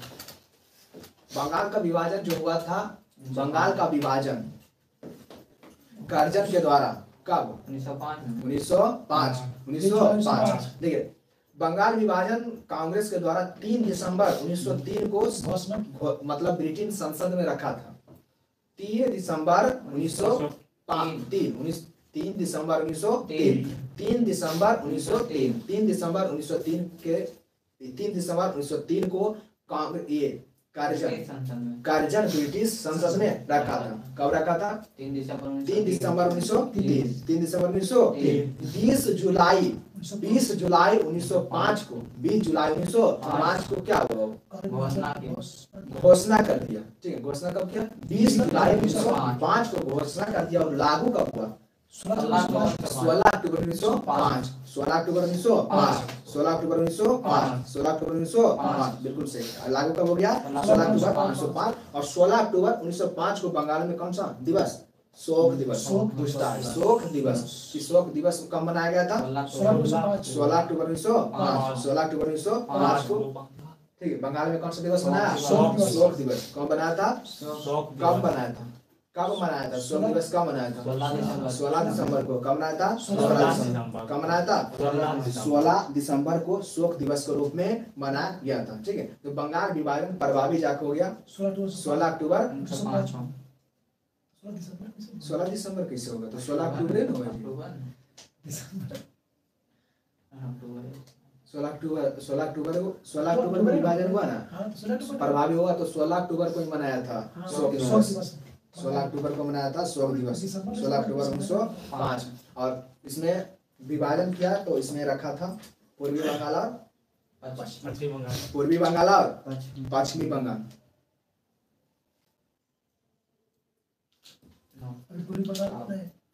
चलिए, तो पूर्वी बंगाल और पश्चिम बंगाल, जिसमें पूर्वी बंगाल था ना उसमें असम साथ था। पूर्वी बंगाल बांग्लादेश हो गया पूर्वी बंगाल। ठीक है, और पूर्वी बंगाल जो था ना उसमें असम साथ था। कौन था? असम। पूर्वी बंगाल जो बना उसमें कौन था? साथ। असम साथ था। कौन था? असम साथ। कौन था? असम साथ। तो पूर्वी बंगाल का राजधानी उस समय बना दिया था कहाँ? ढाका। जो पूर्वी बंगाल का राजधानी कहाँ बना? ढाका। कहाँ बना दिया था? ढाका। कहाँ बना दिया था? ढाका बना दिया था। और ढाका बना के और उसका प्रथम गवर्नर जो बनाया था, प्रथम गवर्नर जो बना था उसका क्या नाम था? फुलर। हाँ, पूर्वी बंगाल के राजधानी कहाँ बना दिया? ढाका। और उसका प्रथम गवर्नर किसको बना दिया? फुलर। किसको बना दिया? फुलर। हाँ, ब्लूमफील्ड फुलर। क्या नाम था? Bloomfield Fuller. ठीक है, Bloomfield Fuller. Bloomfield Fuller. Bloomfield Fuller. Bloomfield Fuller. Bloomfield Fuller को पूर्वी बंगाल का क्या बना दिया? गवर्नर। किसको बना दिया था? ब्लूमफील्ड फुलर को। और पश्चिमी बंगाल का जो गवर्नर बना था किसको? Andrews Fraser. एंड्रूस फ्रेजर जिसमें पश्चिमी बंगाल बनाया था ना, उसमें शामिल कौन कौन था? बिहार भी था। कौन कौन था? बिहार कौन कौन था? बिहार था, बंगाल था, उड़ीसा। बिहार था, बंगाल था, उड़ीसा। बिहार था, बंगाल था, उड़ीसा। बिहार और बंगाल और उड़ीसा। बिहार और बंगाल और उड़ीसा। ठीक है, तो याद रखना है। और पश्चिमी बंगाल का राजधानी कहाँ बनाया था? पश्चिमी बंगाल का राजधानी कलकत्ता बनाया था। पूर्वी बंगाल का राजधानी ढाका और पश्चिमी बंगाल का राजधानी कलकत्ता। कहाँ बनाया था? कलकत्ता। और उसका गवर्नर जो बनाया था, पहला governor Andrews Fraser. Andrews Fraser पश्चिमी बंगाल का गवर्नर किसको बनाया था? Andrews Fraser. पश्चिमी बंगाल का गवर्नर किसको बनाया था? Andrews Fraser. पश्चिमी बंगाल का गवर्नर किसको बना दिया? एंड्रूस फ्रेजर को बना दिया था। ठीक है, याद रखना है। और बंगाल विभाजन के विरुद्ध में जो है स्वदेशी आंदोलन भी चालू हो गया था। बंगाल विभाजन के विरुद्ध में स्वदेशी आंदोलन कब चालू हुआ? 7 अगस्त 1905। ठीक है, कलकत्ता के टाउन हॉल से। कलकत्ता के टाउन हॉल से बंगाल विभाजन के विरुद्ध में स्वदेशी आंदोलन। और इसी आंदोलन में राष्ट्र किसके कहने पर? रविन्द्रनाथ टैगोर के द्वारा। रविन्द्रनाथ टैगोर के कहने पर क्या हुआ था? रविन्द्रनाथ टैगोर के कहने पर रक्षाबंधन, रविन्द्रनाथ टैगोर के आह्वान पर जो है रक्षाबंधन बनाया गया था। और अमार सोनार बांग्ला भी लिखा गया था। अमार सोनार बांग्ला कौन लिखे थे? रविन्द्रनाथ टैगोर ही अमार सोनार बांग्ला लिखे थे, जो कि बाद में जाके बांग्लादेश का राष्ट्रीय क्या हो गया? राष्ट्रीय गीत हो गया। ठीक है, बांग्लादेश का राष्ट्रीय गीत हो गया था अमार सोनार बांग्ला। वर्तमान में बांग्लादेश का राष्ट्रीय गान क्या है? अमार सोनार बांग्ला। क्या नाम है? कौन लिखे थे? रविन्द्रनाथ टैगोर। कौन लिखे थे? कौन लिखे थे? टैगोर लिखे थे। बिल्कुल सही। चलिए, उसके बाद आगे बताना कि स्वदेशी आंदोलन के प्रचार प्रसार के लिए अश्वनी कुमार दत्त बारिसाल में कौन सा समिति का गठन किया था? बताना है स्वदेशी आंदोलन के प्रचार प्रसार के लिए अश्वनी कुमार दत्त बारिसाल में कौन सा समिति का गठन किया था? बारिसाल में कौन सा समिति का गठन? स्वदेशी आंदोलन के प्रचार प्रसार करने के लिए स्वदेशी आंदोलन के प्रचार प्रसार करने के लिए अश्वनी कुमार दत्त ने बारिसाल में कौन सा समिति का गठन किया था? स्वदेशी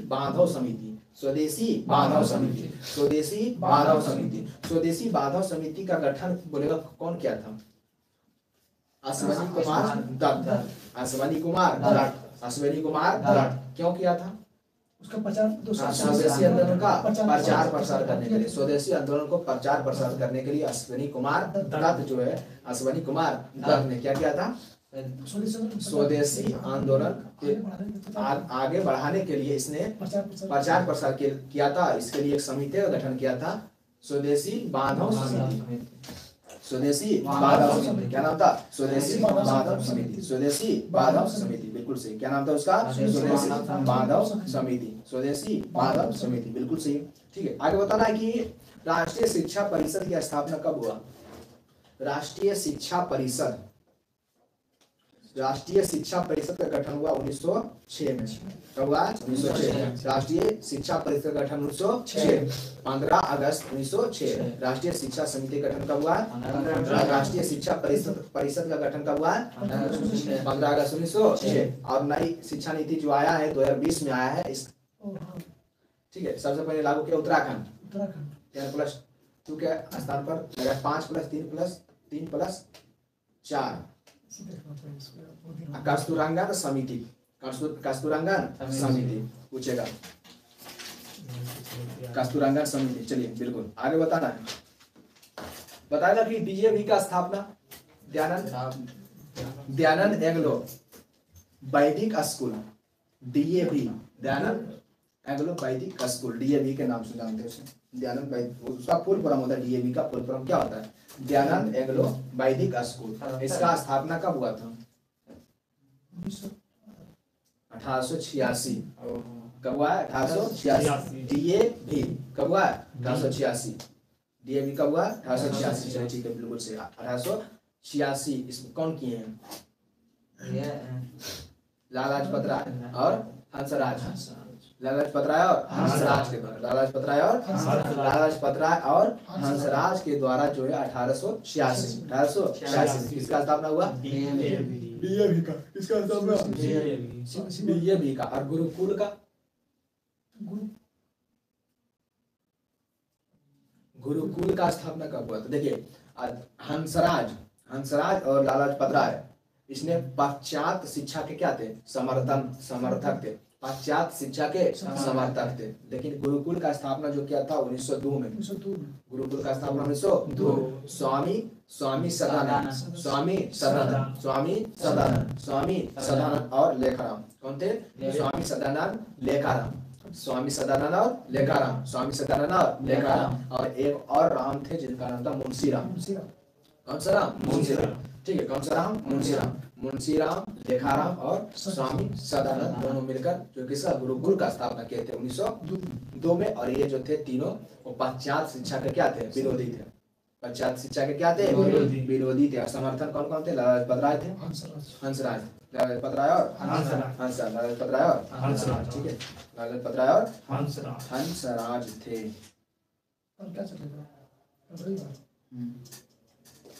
क्या कल क्या चलेगा?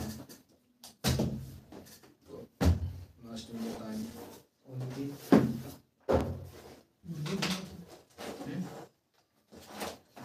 कल जानते हैं क्या चलेगा?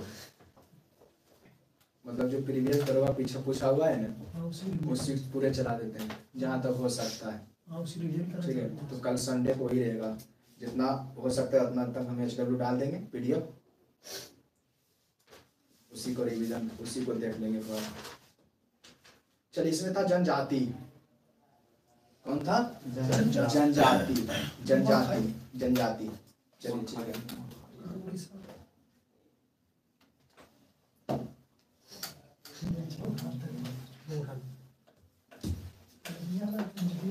चलिए बिल्कुल, उसके बाद आगे देखिएगा यहाँ से जनजाति के। देखिए, अभी तक भारत में जो है अनुमान लगाया गया है कि जनजाति समुदाय की संख्या अभी जो है 550 है। जनजातीय समूह की अभी संख्या बतलाया गया है। ठीक है, कितना? 550 बतलाया गया। ठीक है, बिल्कुल। कितना बतलाया गया है? 550 मात्र। कितना? 550। तो इसी में देखेंगे हम अलग अलग से। 550 बताया गया। और पहले जनजाति के बारे में, तो लोकसभा में अनुसूचित जाति और जनजाति के जो आरक्षण दिया गया है, कौन सा अनुच्छेद में? लोकसभा में। हाँ, जाति और जनजाति के आरक्षण लोकसभा में पूछेगा तो कितना होगा? लोकसभा में है 330। ठीक है, और 332। किसमें? विधानसभा में अनुसूचित जाति और जनजाति का आरक्षण विधानसभा में किस अनुच्छेद में? 332। कितना में है? 332। कितना अनुच्छेद है? 332। बिल्कुल सही है। राष्ट्रीय अनुसूचित जाति आयोग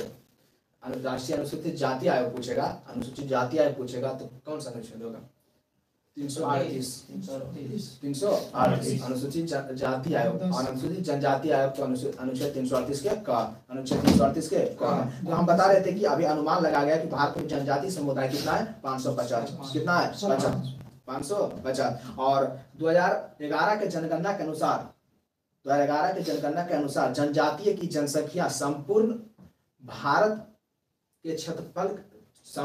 के जनसंख्या का कितना परसेंट है?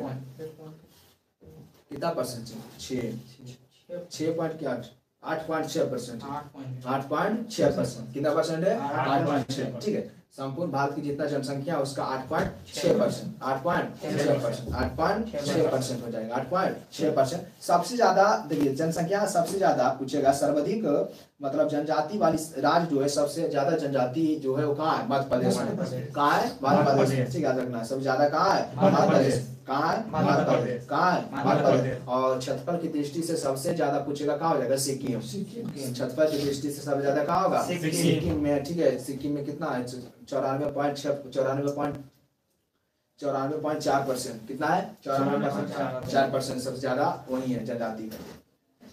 हाँ सिक्किम में, कहाँ है सिक्किम। किसमें प्रतिशत में, प्रतिशत में किसमें प्रतिशत में, बिल्कुल याद रखना। चलिए आगे बताएगा अनुसूचित जाति आयोग।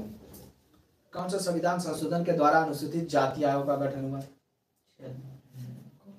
89वां संविधान संशोधन 2003, 89वां संविधान संशोधन 2003, कौन संविधान संशोधन 89वां संविधान संशोधन 2003, 89वां संविधान संशोधन 2003, 89वां संविधान संशोधन 2003, बिल्कुल से याद रखना है अनुसूचित जनजाति आयोग। चलिए आगे बताना है कि 2011 के जनगणना के अनुसार जनसंख्या की दृष्टि से भारत का सबसे बड़ा जनजाति, जनसंख्या की दृष्टि से सबसे बड़ा जनजाति कौन सा होगा? भील। कौन है? भील। भील के बाद गोंड, गोंड के बाद संथाल। पहला आएगा भील, पहला कौन आएगा? भील। भील उसके बाद गोंड, उसके बाद संथाल।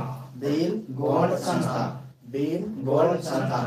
पहले बड़ा सबसे भारत की सबसे बड़ा जनजाति भील, भील के बाद गोंड, गोंड के बाद संथाल। भील गोंड संथाल, भील गोंड संथाल, भील गोंड संथाल, भील गोंड संथाल, भील गोंड संथाल, भील गोंड संथाल, बिल्कुल सही। चलिए आगे बताना है कि 2011 के जनगणना के अनुसार भारत का सबसे कम जनजाति जनसंख्या वाला राज्य, सबसे कम मेघालय।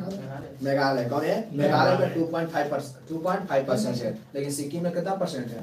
94.4%, 8.6% टोटल भारत में जनजाति 8.6। भारत का जितना जनसंख्या है उसका 8.6%।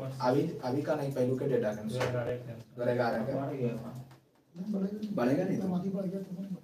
चलिए तो सबसे बड़ा जनजाति भील, उसके बाद गोंड, उसके बाद संथाल। भील गोंड संथाल, भील गोंड संथाल, भील गोंड संथाल, भील गोंड संथाल। सबसे कम जनजाति मेघालय। किस राज्य में? मेघालय। सबसे अधिक मध्य प्रदेश में, यानी प्रतिशत में पूछेगा तो हो जाएगा कहाँ? सिक्किम। कौन होगा? सिक्किम। चलिए बताएगा आगे, बताएगा जरवा जनजाति विश्व की सबसे पुरानी जनजाति मानी जाती है। जो कहाँ पाया जाता है? जरवा जनजाति सबसे पुराना माना जाता है अंडमान निकोबार। अंडमान निकोबार, निकोबारी जनजाति, निकोबारी जनजाति अंडमान निकोबार। कहाँ? अंडमान निकोबार, ठीक है। अंडमानी जनजाति अंडमान निकोबार, अंडमान निकोबार। ओगेस जनजाति अंडमान निकोबार, ओगेस जनजाति अंडमान निकोबार, ठीक है। सोम्पेन जनजाति अंडमान निकोबार। जनजाति से एक प्रश्न दरोगा फिक्स है, ठीक है, हमेशा। चलिए उसके बाद मंगोलॉयड जनजाति भी पाया जाता है आपको अंडमान निकोबार में। मंगोलॉयड जनजाति भी कहाँ पाया जाता है? अंडमान निकोबार, तो ठीक है याद रखना है। चलिए तो जारवा जनजाति की बात कर रहे थे, जो कि विश्व का सबसे पुराना जनजाति माना जाता है जारवा, और सबसे बड़ा जनजाति भारत में सबसे ज्यादा भील, उसके बाद गोंड, उसके बाद संथाल। 3 नंबर में संथाल आता है, 3 नंबर में संथाल आता है। चलिए ठीक है आगे बताना है भारत की सर्वाधिक आर्द्र जनजाति कौन सा है? भारत का सबसे अधिक सर्वाधिक आर्द्र जनजाति पूछेगा तो हो जाएगा गोंड। कौन होगा? गोंड। भारत का सबसे अधिक आर्द्र जनजाति कौन होगा? गोंड। कौन होगा? गोंड, बिल्कुल सही है। सोम्पेन जनजाति कहाँ पाया जाता है? सोम्पेन जनजाति पाया जाता है निकोबार द्वीप, बताए थे अंडमान निकोबार में सोम्पेन जनजाति पाया जाता है अंडमान निकोबार, ठीक है। और टोडा, ये नीलगिरी पहाड़ी पर पाया जाता है टोडा। हाँ टोडा। कौन सा? टोडा। टोडा जनजाति पाया जाता है कहाँ? नीलगिरी की पहाड़ियों पर टोडा जनजाति निवास करता है। हाँ अंडमान निकोबार। चलिए आगे बताना है कि कौन सा जनजाति दिवाली को शोक त्योहार मनाता है? शोक त्योहार के रूप में मनाता है दिवाली को? थारू। कौन सी जाति? थारू। कौन सी जाति? थारू। कौन सी जाति? थारू। और त्योहार जो है कौन सा? दीपावली का वही तो है। कौन सा त्योहार? दीपावली, ठीक है। दीपावली त्योहार है ना, उसको शोक के रूप में मनाता है कौन सा जनजाति? थारू। कौन मनाता है? थारू, बिल्कुल सही है। मिथन त्योहार को कौन सा जनजाति मनाता है? मिथन त्योहार को कौन सा जनजाति मनाता है? मिथन को मनाता है नाग जनजाति, ठीक है। कौन सा जनजाति? नागा जनजाति जो है ना किसको मनाता है? मिथन त्योहार को कौन सा जनजाति मनाता है? नागा जनजाति मनाता है, बिल्कुल। आगे बताना है कि कौन सा जनजाति पशुपालन और भैंस पालन करता है? कौन सा जनजाति पशुपालन में भैंस पालन करता है? टोडा जनजाति। कौन सी जनजाति? टोडा। पशुपालन करता है और भैंस पालन करता है, ठीक है। कौन जनजाति? टोडा जनजाति। कौन सा जनजाति? टोडा। कौन सा जनजाति? टोडा, बिल्कुल सही। चलिए, कौन सा जनजाति पुजारी को नायक कहता है? पुजारी को नायक, पुजारी को नायक, पुजारी को नायक। कौन सा जनजाति पुजारी को नायक कहता? संथाल जनजाति। संथाल जनजाति पुजारी को क्या कहता? नायक। पुजारी को नायक, पुजारी को नायक कहने वाली जनजाति संथाल जनजाति। कौन सा जनजाति? संथाल जनजाति। और दिवाली को शोक के रूप में मनाता है थारू जनजाति। कौन सा जनजाति?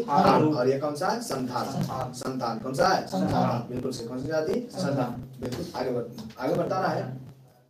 हो जनजाति कहाँ पाया जाता है? हो झारखंड में। हो जनजाति झारखंड। हो जनजाति झारखंड।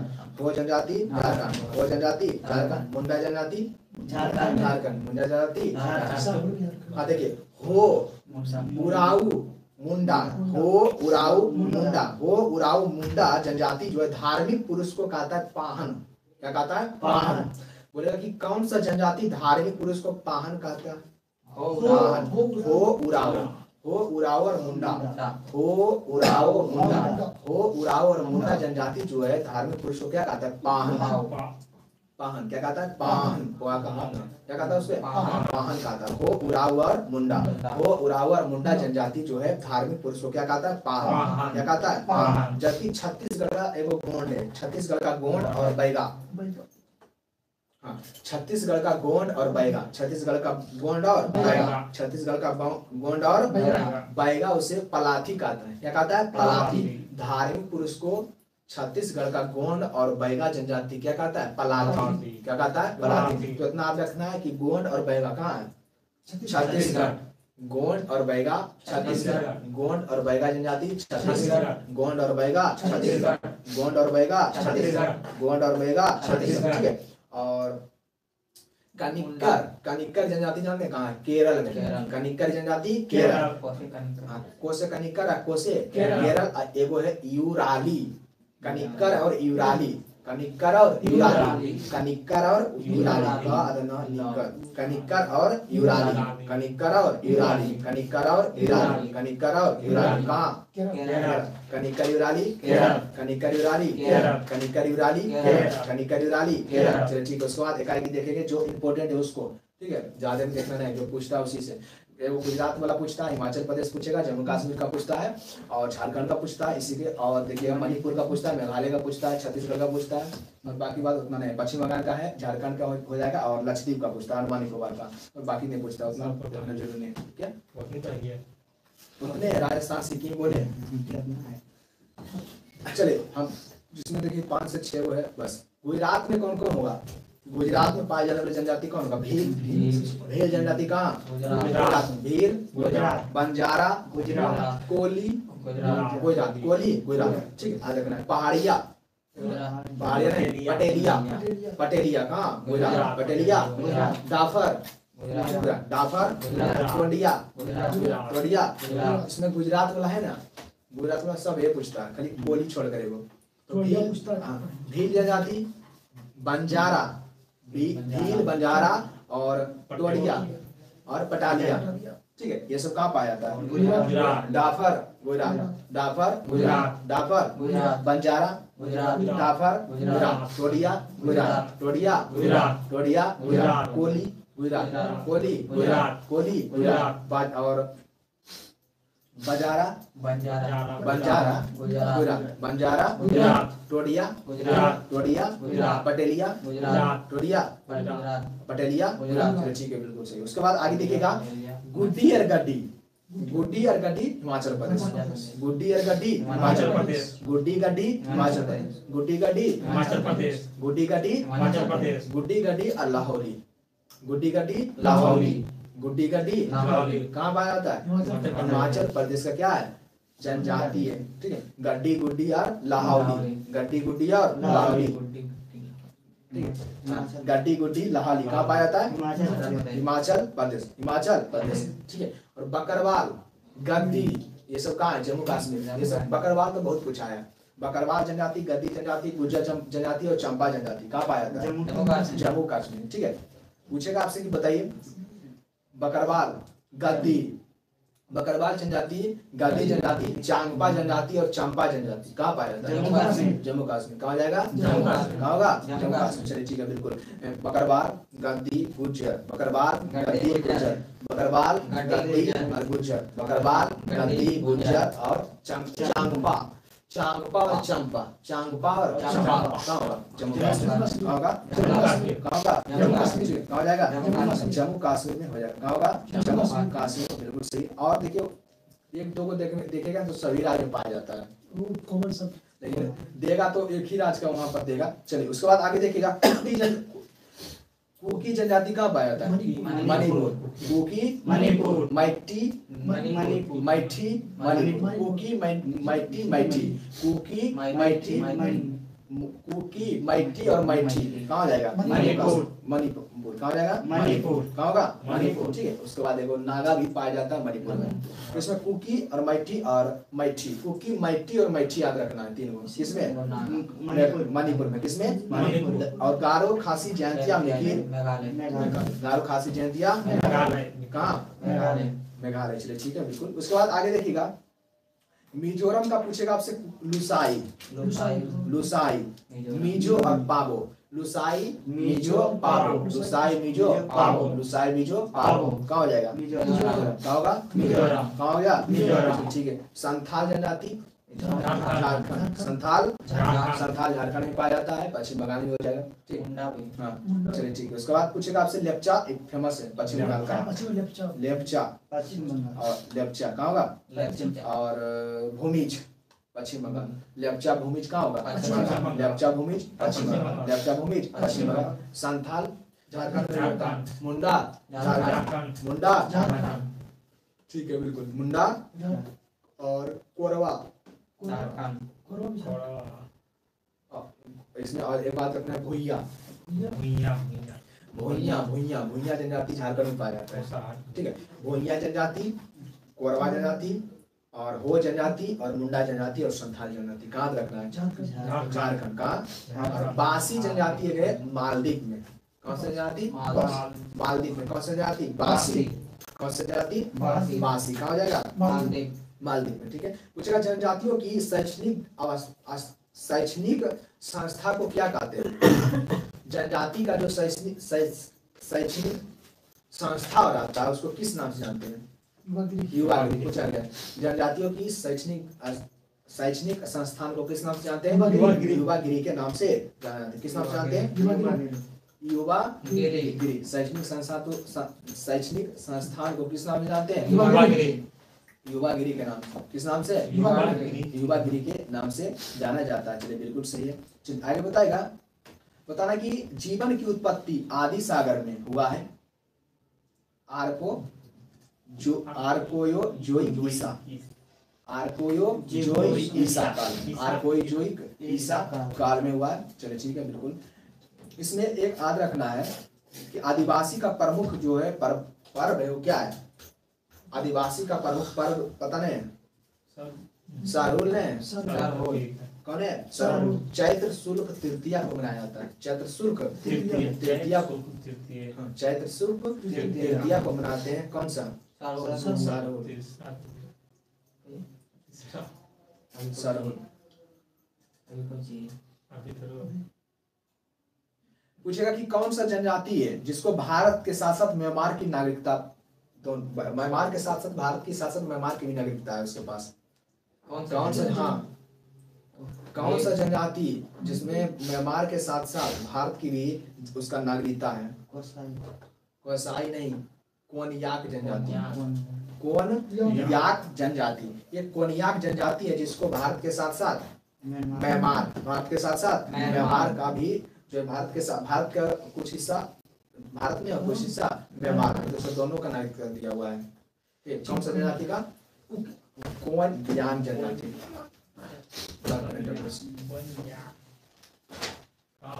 मणिपुर में क्या जनजाति कहाँ? वो इस साइड होगा, इधर उस साइड मतलब नागालैंड है ना, सब तो मानो जिधर है। बस वही साइड होगा, नागालैंड के साथ वही सीमा दोनों की जटले होता है, बता रहे दोनों आधा इन्हें पड़ता है। बारे में थोड़ा कल मैच है कल मैच है साउथ अफ्रीका से। चलिए बताना एशिया कप 2023 विजेता भारत रहा था और उप विजेता श्रीलंका। अब कहाँ हुआ था दूल्हे का ना आयोजन हुआ। भारत बोला हम नहीं जाएंगे पाकिस्तान खेलने, पाकिस्तान और श्रीलंका। भारत गया था खेलने में जो इसमें कर रहा है ये तो ऐसे का हुआ था कहाँ 2023 में श्रीलंका। पहले पाकिस्तान बीसीसीआई ने करवाया वहाँ पर। भारत नहीं जाएगा खेलने, एकदम गया था तो मारे जनता कितना आ रहा है। वहाँ होना था लेकिन उसको डाल दिया श्रीलंका। T20 वर्ल्ड कप कल से ये ऐसी है सीरीज है। चलिए उसके बाद आगे देखिएगा तो एशिया कप 2023 कौन जीता है? भारत। किसको हराकर? किसको? श्रीलंका। ठीक है बिल्कुल सही है। आगे बताना है आईसीसी वर्ल्ड टेस्ट चैंपियन, ये नहीं पूछेगा वर्ल्ड टेस्ट चैंपियन ऑस्ट्रेलिया जीत गया, भारत को हरा के जीता था। लेकिन ये पूछेगा अभी किसका कि आईसीसी महिला T20 विश्व कप कौन जीता है 2023 में? ऑस्ट्रेलिया जीता है। किसको हराकर? दक्षिण अफ्रीका को हराकर। दक्षिण अफ्रीका को हराकर आईसीसी महिला T20 विश्व कप आयोजन हुआ था दक्षिण अफ्रीका में। कहाँ हुआ था? आईसीसी महिला T20 विश्व कप कौन जीता है?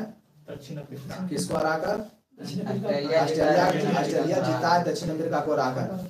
दक्षिण अफ्रीका में आयोजन हुआ था। दक्षिण अफ्रीका में आयोजन हुआ था। ठीक है, किसको हराकर?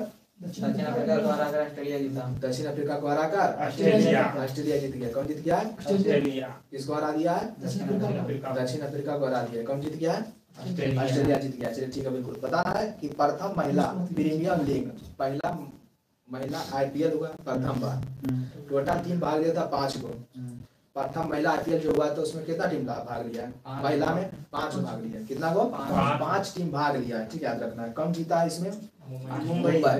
मुंबई टाइटंस। कौन जीता है? मुंबई टाइटंस ने होगा, मुंबई इंडियंस ने।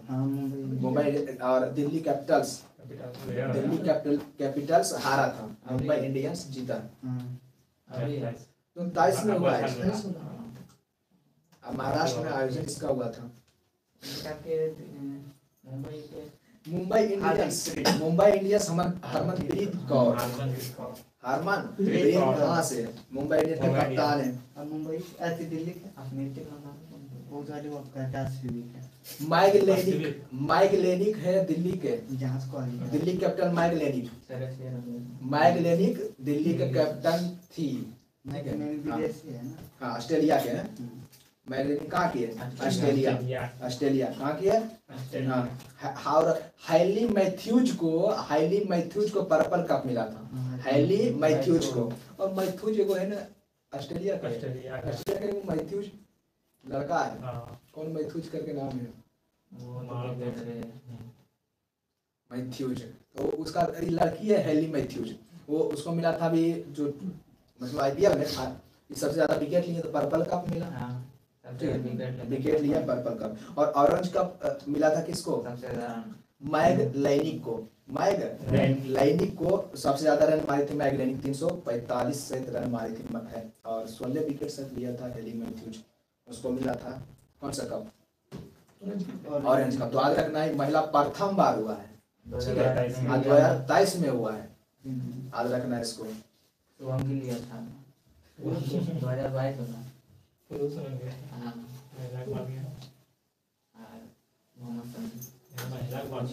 महिला का बात हो रहा है यहाँ पे। चलिए आगे देखिएगा। ये वही पूछता है ईरानी कप 2022 कौन जीता है? तो शेष भारत। ईरानी कप 2022 शेष भारत। ईरानी कप 2022 कौन जीता है? शेष भारत। और रणजी ट्रॉफी कौन जीता है? तो सौराष्ट्र। रणजी ट्रॉफी कौन जीता? सौराष्ट्र। रणजी ट्रॉफी सौराष्ट्र और ईरानी ट्रॉफी शेष भारत। ईरानी ट्रॉफी शेष भारत बिल्कुल सही है। और रणजी ट्रॉफी सौराष्ट्र। बंगाल को हराकर सौराष्ट्र जीता। बंगाल को हराकर। चलिए ये बताइएगा कि पहला अंडर 19 महिला क्रिकेट विश्व कप 2023 कौन जीता है? अंडर 19 महिला क्रिकेट विश्व कप 2023 जिसका आयोजन दक्षिण अफ्रीका में हुआ था। भारत जीता है किसको हराकर? इंग्लैंड को। इंग्लैंड को हराकर भारत जीता था। पहले डाउन आउट किया था इसी में, आउट जो किया था आगे बढ़ गया था इसी में लग रहा है, याद नहीं बढ़ गया था जी।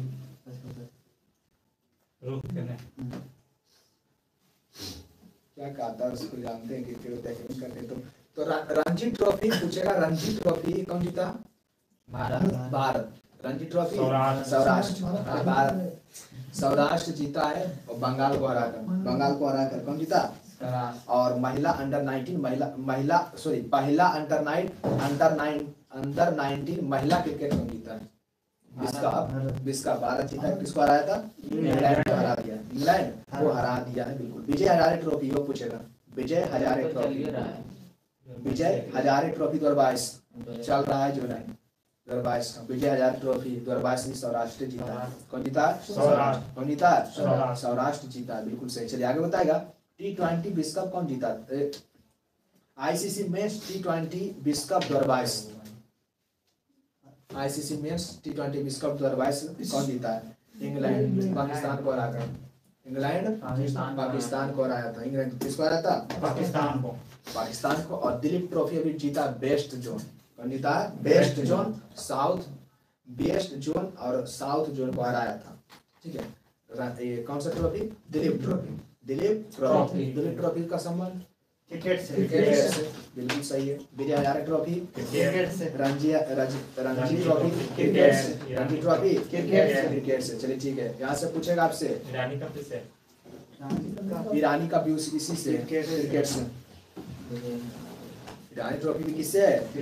क्रिकेट से संबंधित है। चलिए ठीक बिल्कुल आगे बढ़ते हैं। पूछेगा आपसे कि थॉमस कप 2022 में विजेता कौन रहा? पहली बार थॉमस कप 2022 का विजेता पहली बार भारत।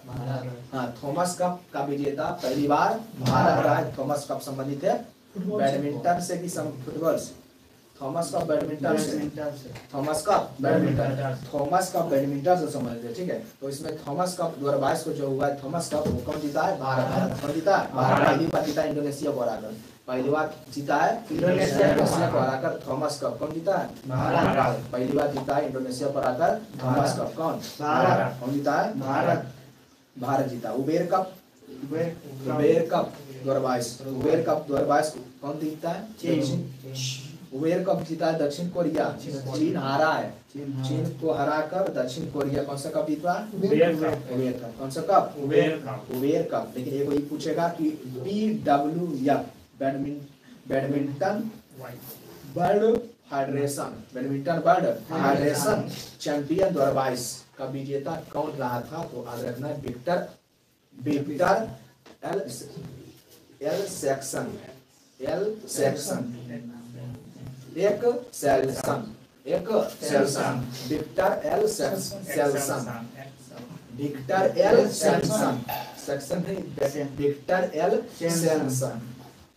नाम भी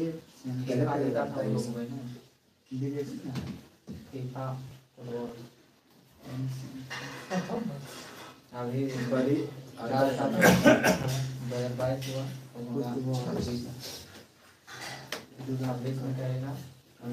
विक्टर एल सेल्सन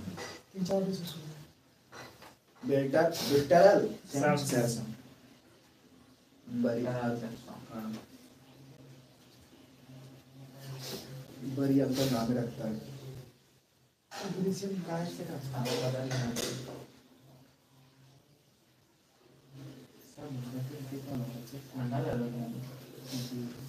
चलिए आगे देखिएगा। डुरंड कप का संबंध किससे है? फुटबॉल से। और ये पूछेगा डुरंड कप जो जीता है ना वो जीता है मोहन बगान। कौन जीता है? मोहन बगान SG। ठीक है। डुरंड कप 2022 कौन जीता है? मोहन बगान SG। डुरंड कप कौन जीता है? मोहन बगान SG। और ये पूछता है संतोष ट्रॉफी कौन जीता है? तो कर्नाटक। संतोष ट्रॉफी कौन जीता है? कर्नाटक। संतोष ट्रॉफी कौन जीता है? कर्नाटक। और ये पूछेगा आपसे कि फीफा विश्व कप 2022, फीफा विश्व कप 2022 अर्जेंटीना जीता है फ्रांस को हराकर। अर्जेंटीना जीता था फ्रांस को हराकर। कहाँ हुआ था? दोहा। कहाँ हुआ था? दोहा। कहाँ हुआ था? दोहा। ठीक है, कतर में पड़ता है।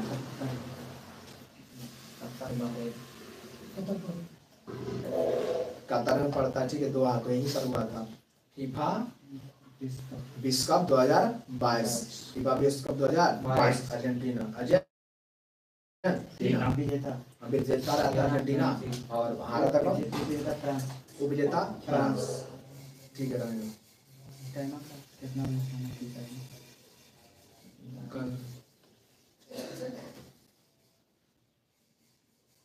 कितना बजे से आएगा? 4 बजे। 3 बजे कर दो, 3 से 6 मोबाइल में 4 बजे कर दीजिए। ठीक है। वैक्सीन में जैसे की दिक्कत है, ध्यान रखो। 4 बजे से रनिंग किया था। हाँ 4 बजे से 4 बजे 4 से पता नहीं। 3 से 7 कितने बजे का था? 3 से 9 तो 3 से 6 बजे से जितना 3 से रनिंग थोड़े देर क्या बंद कर दी। बंद ना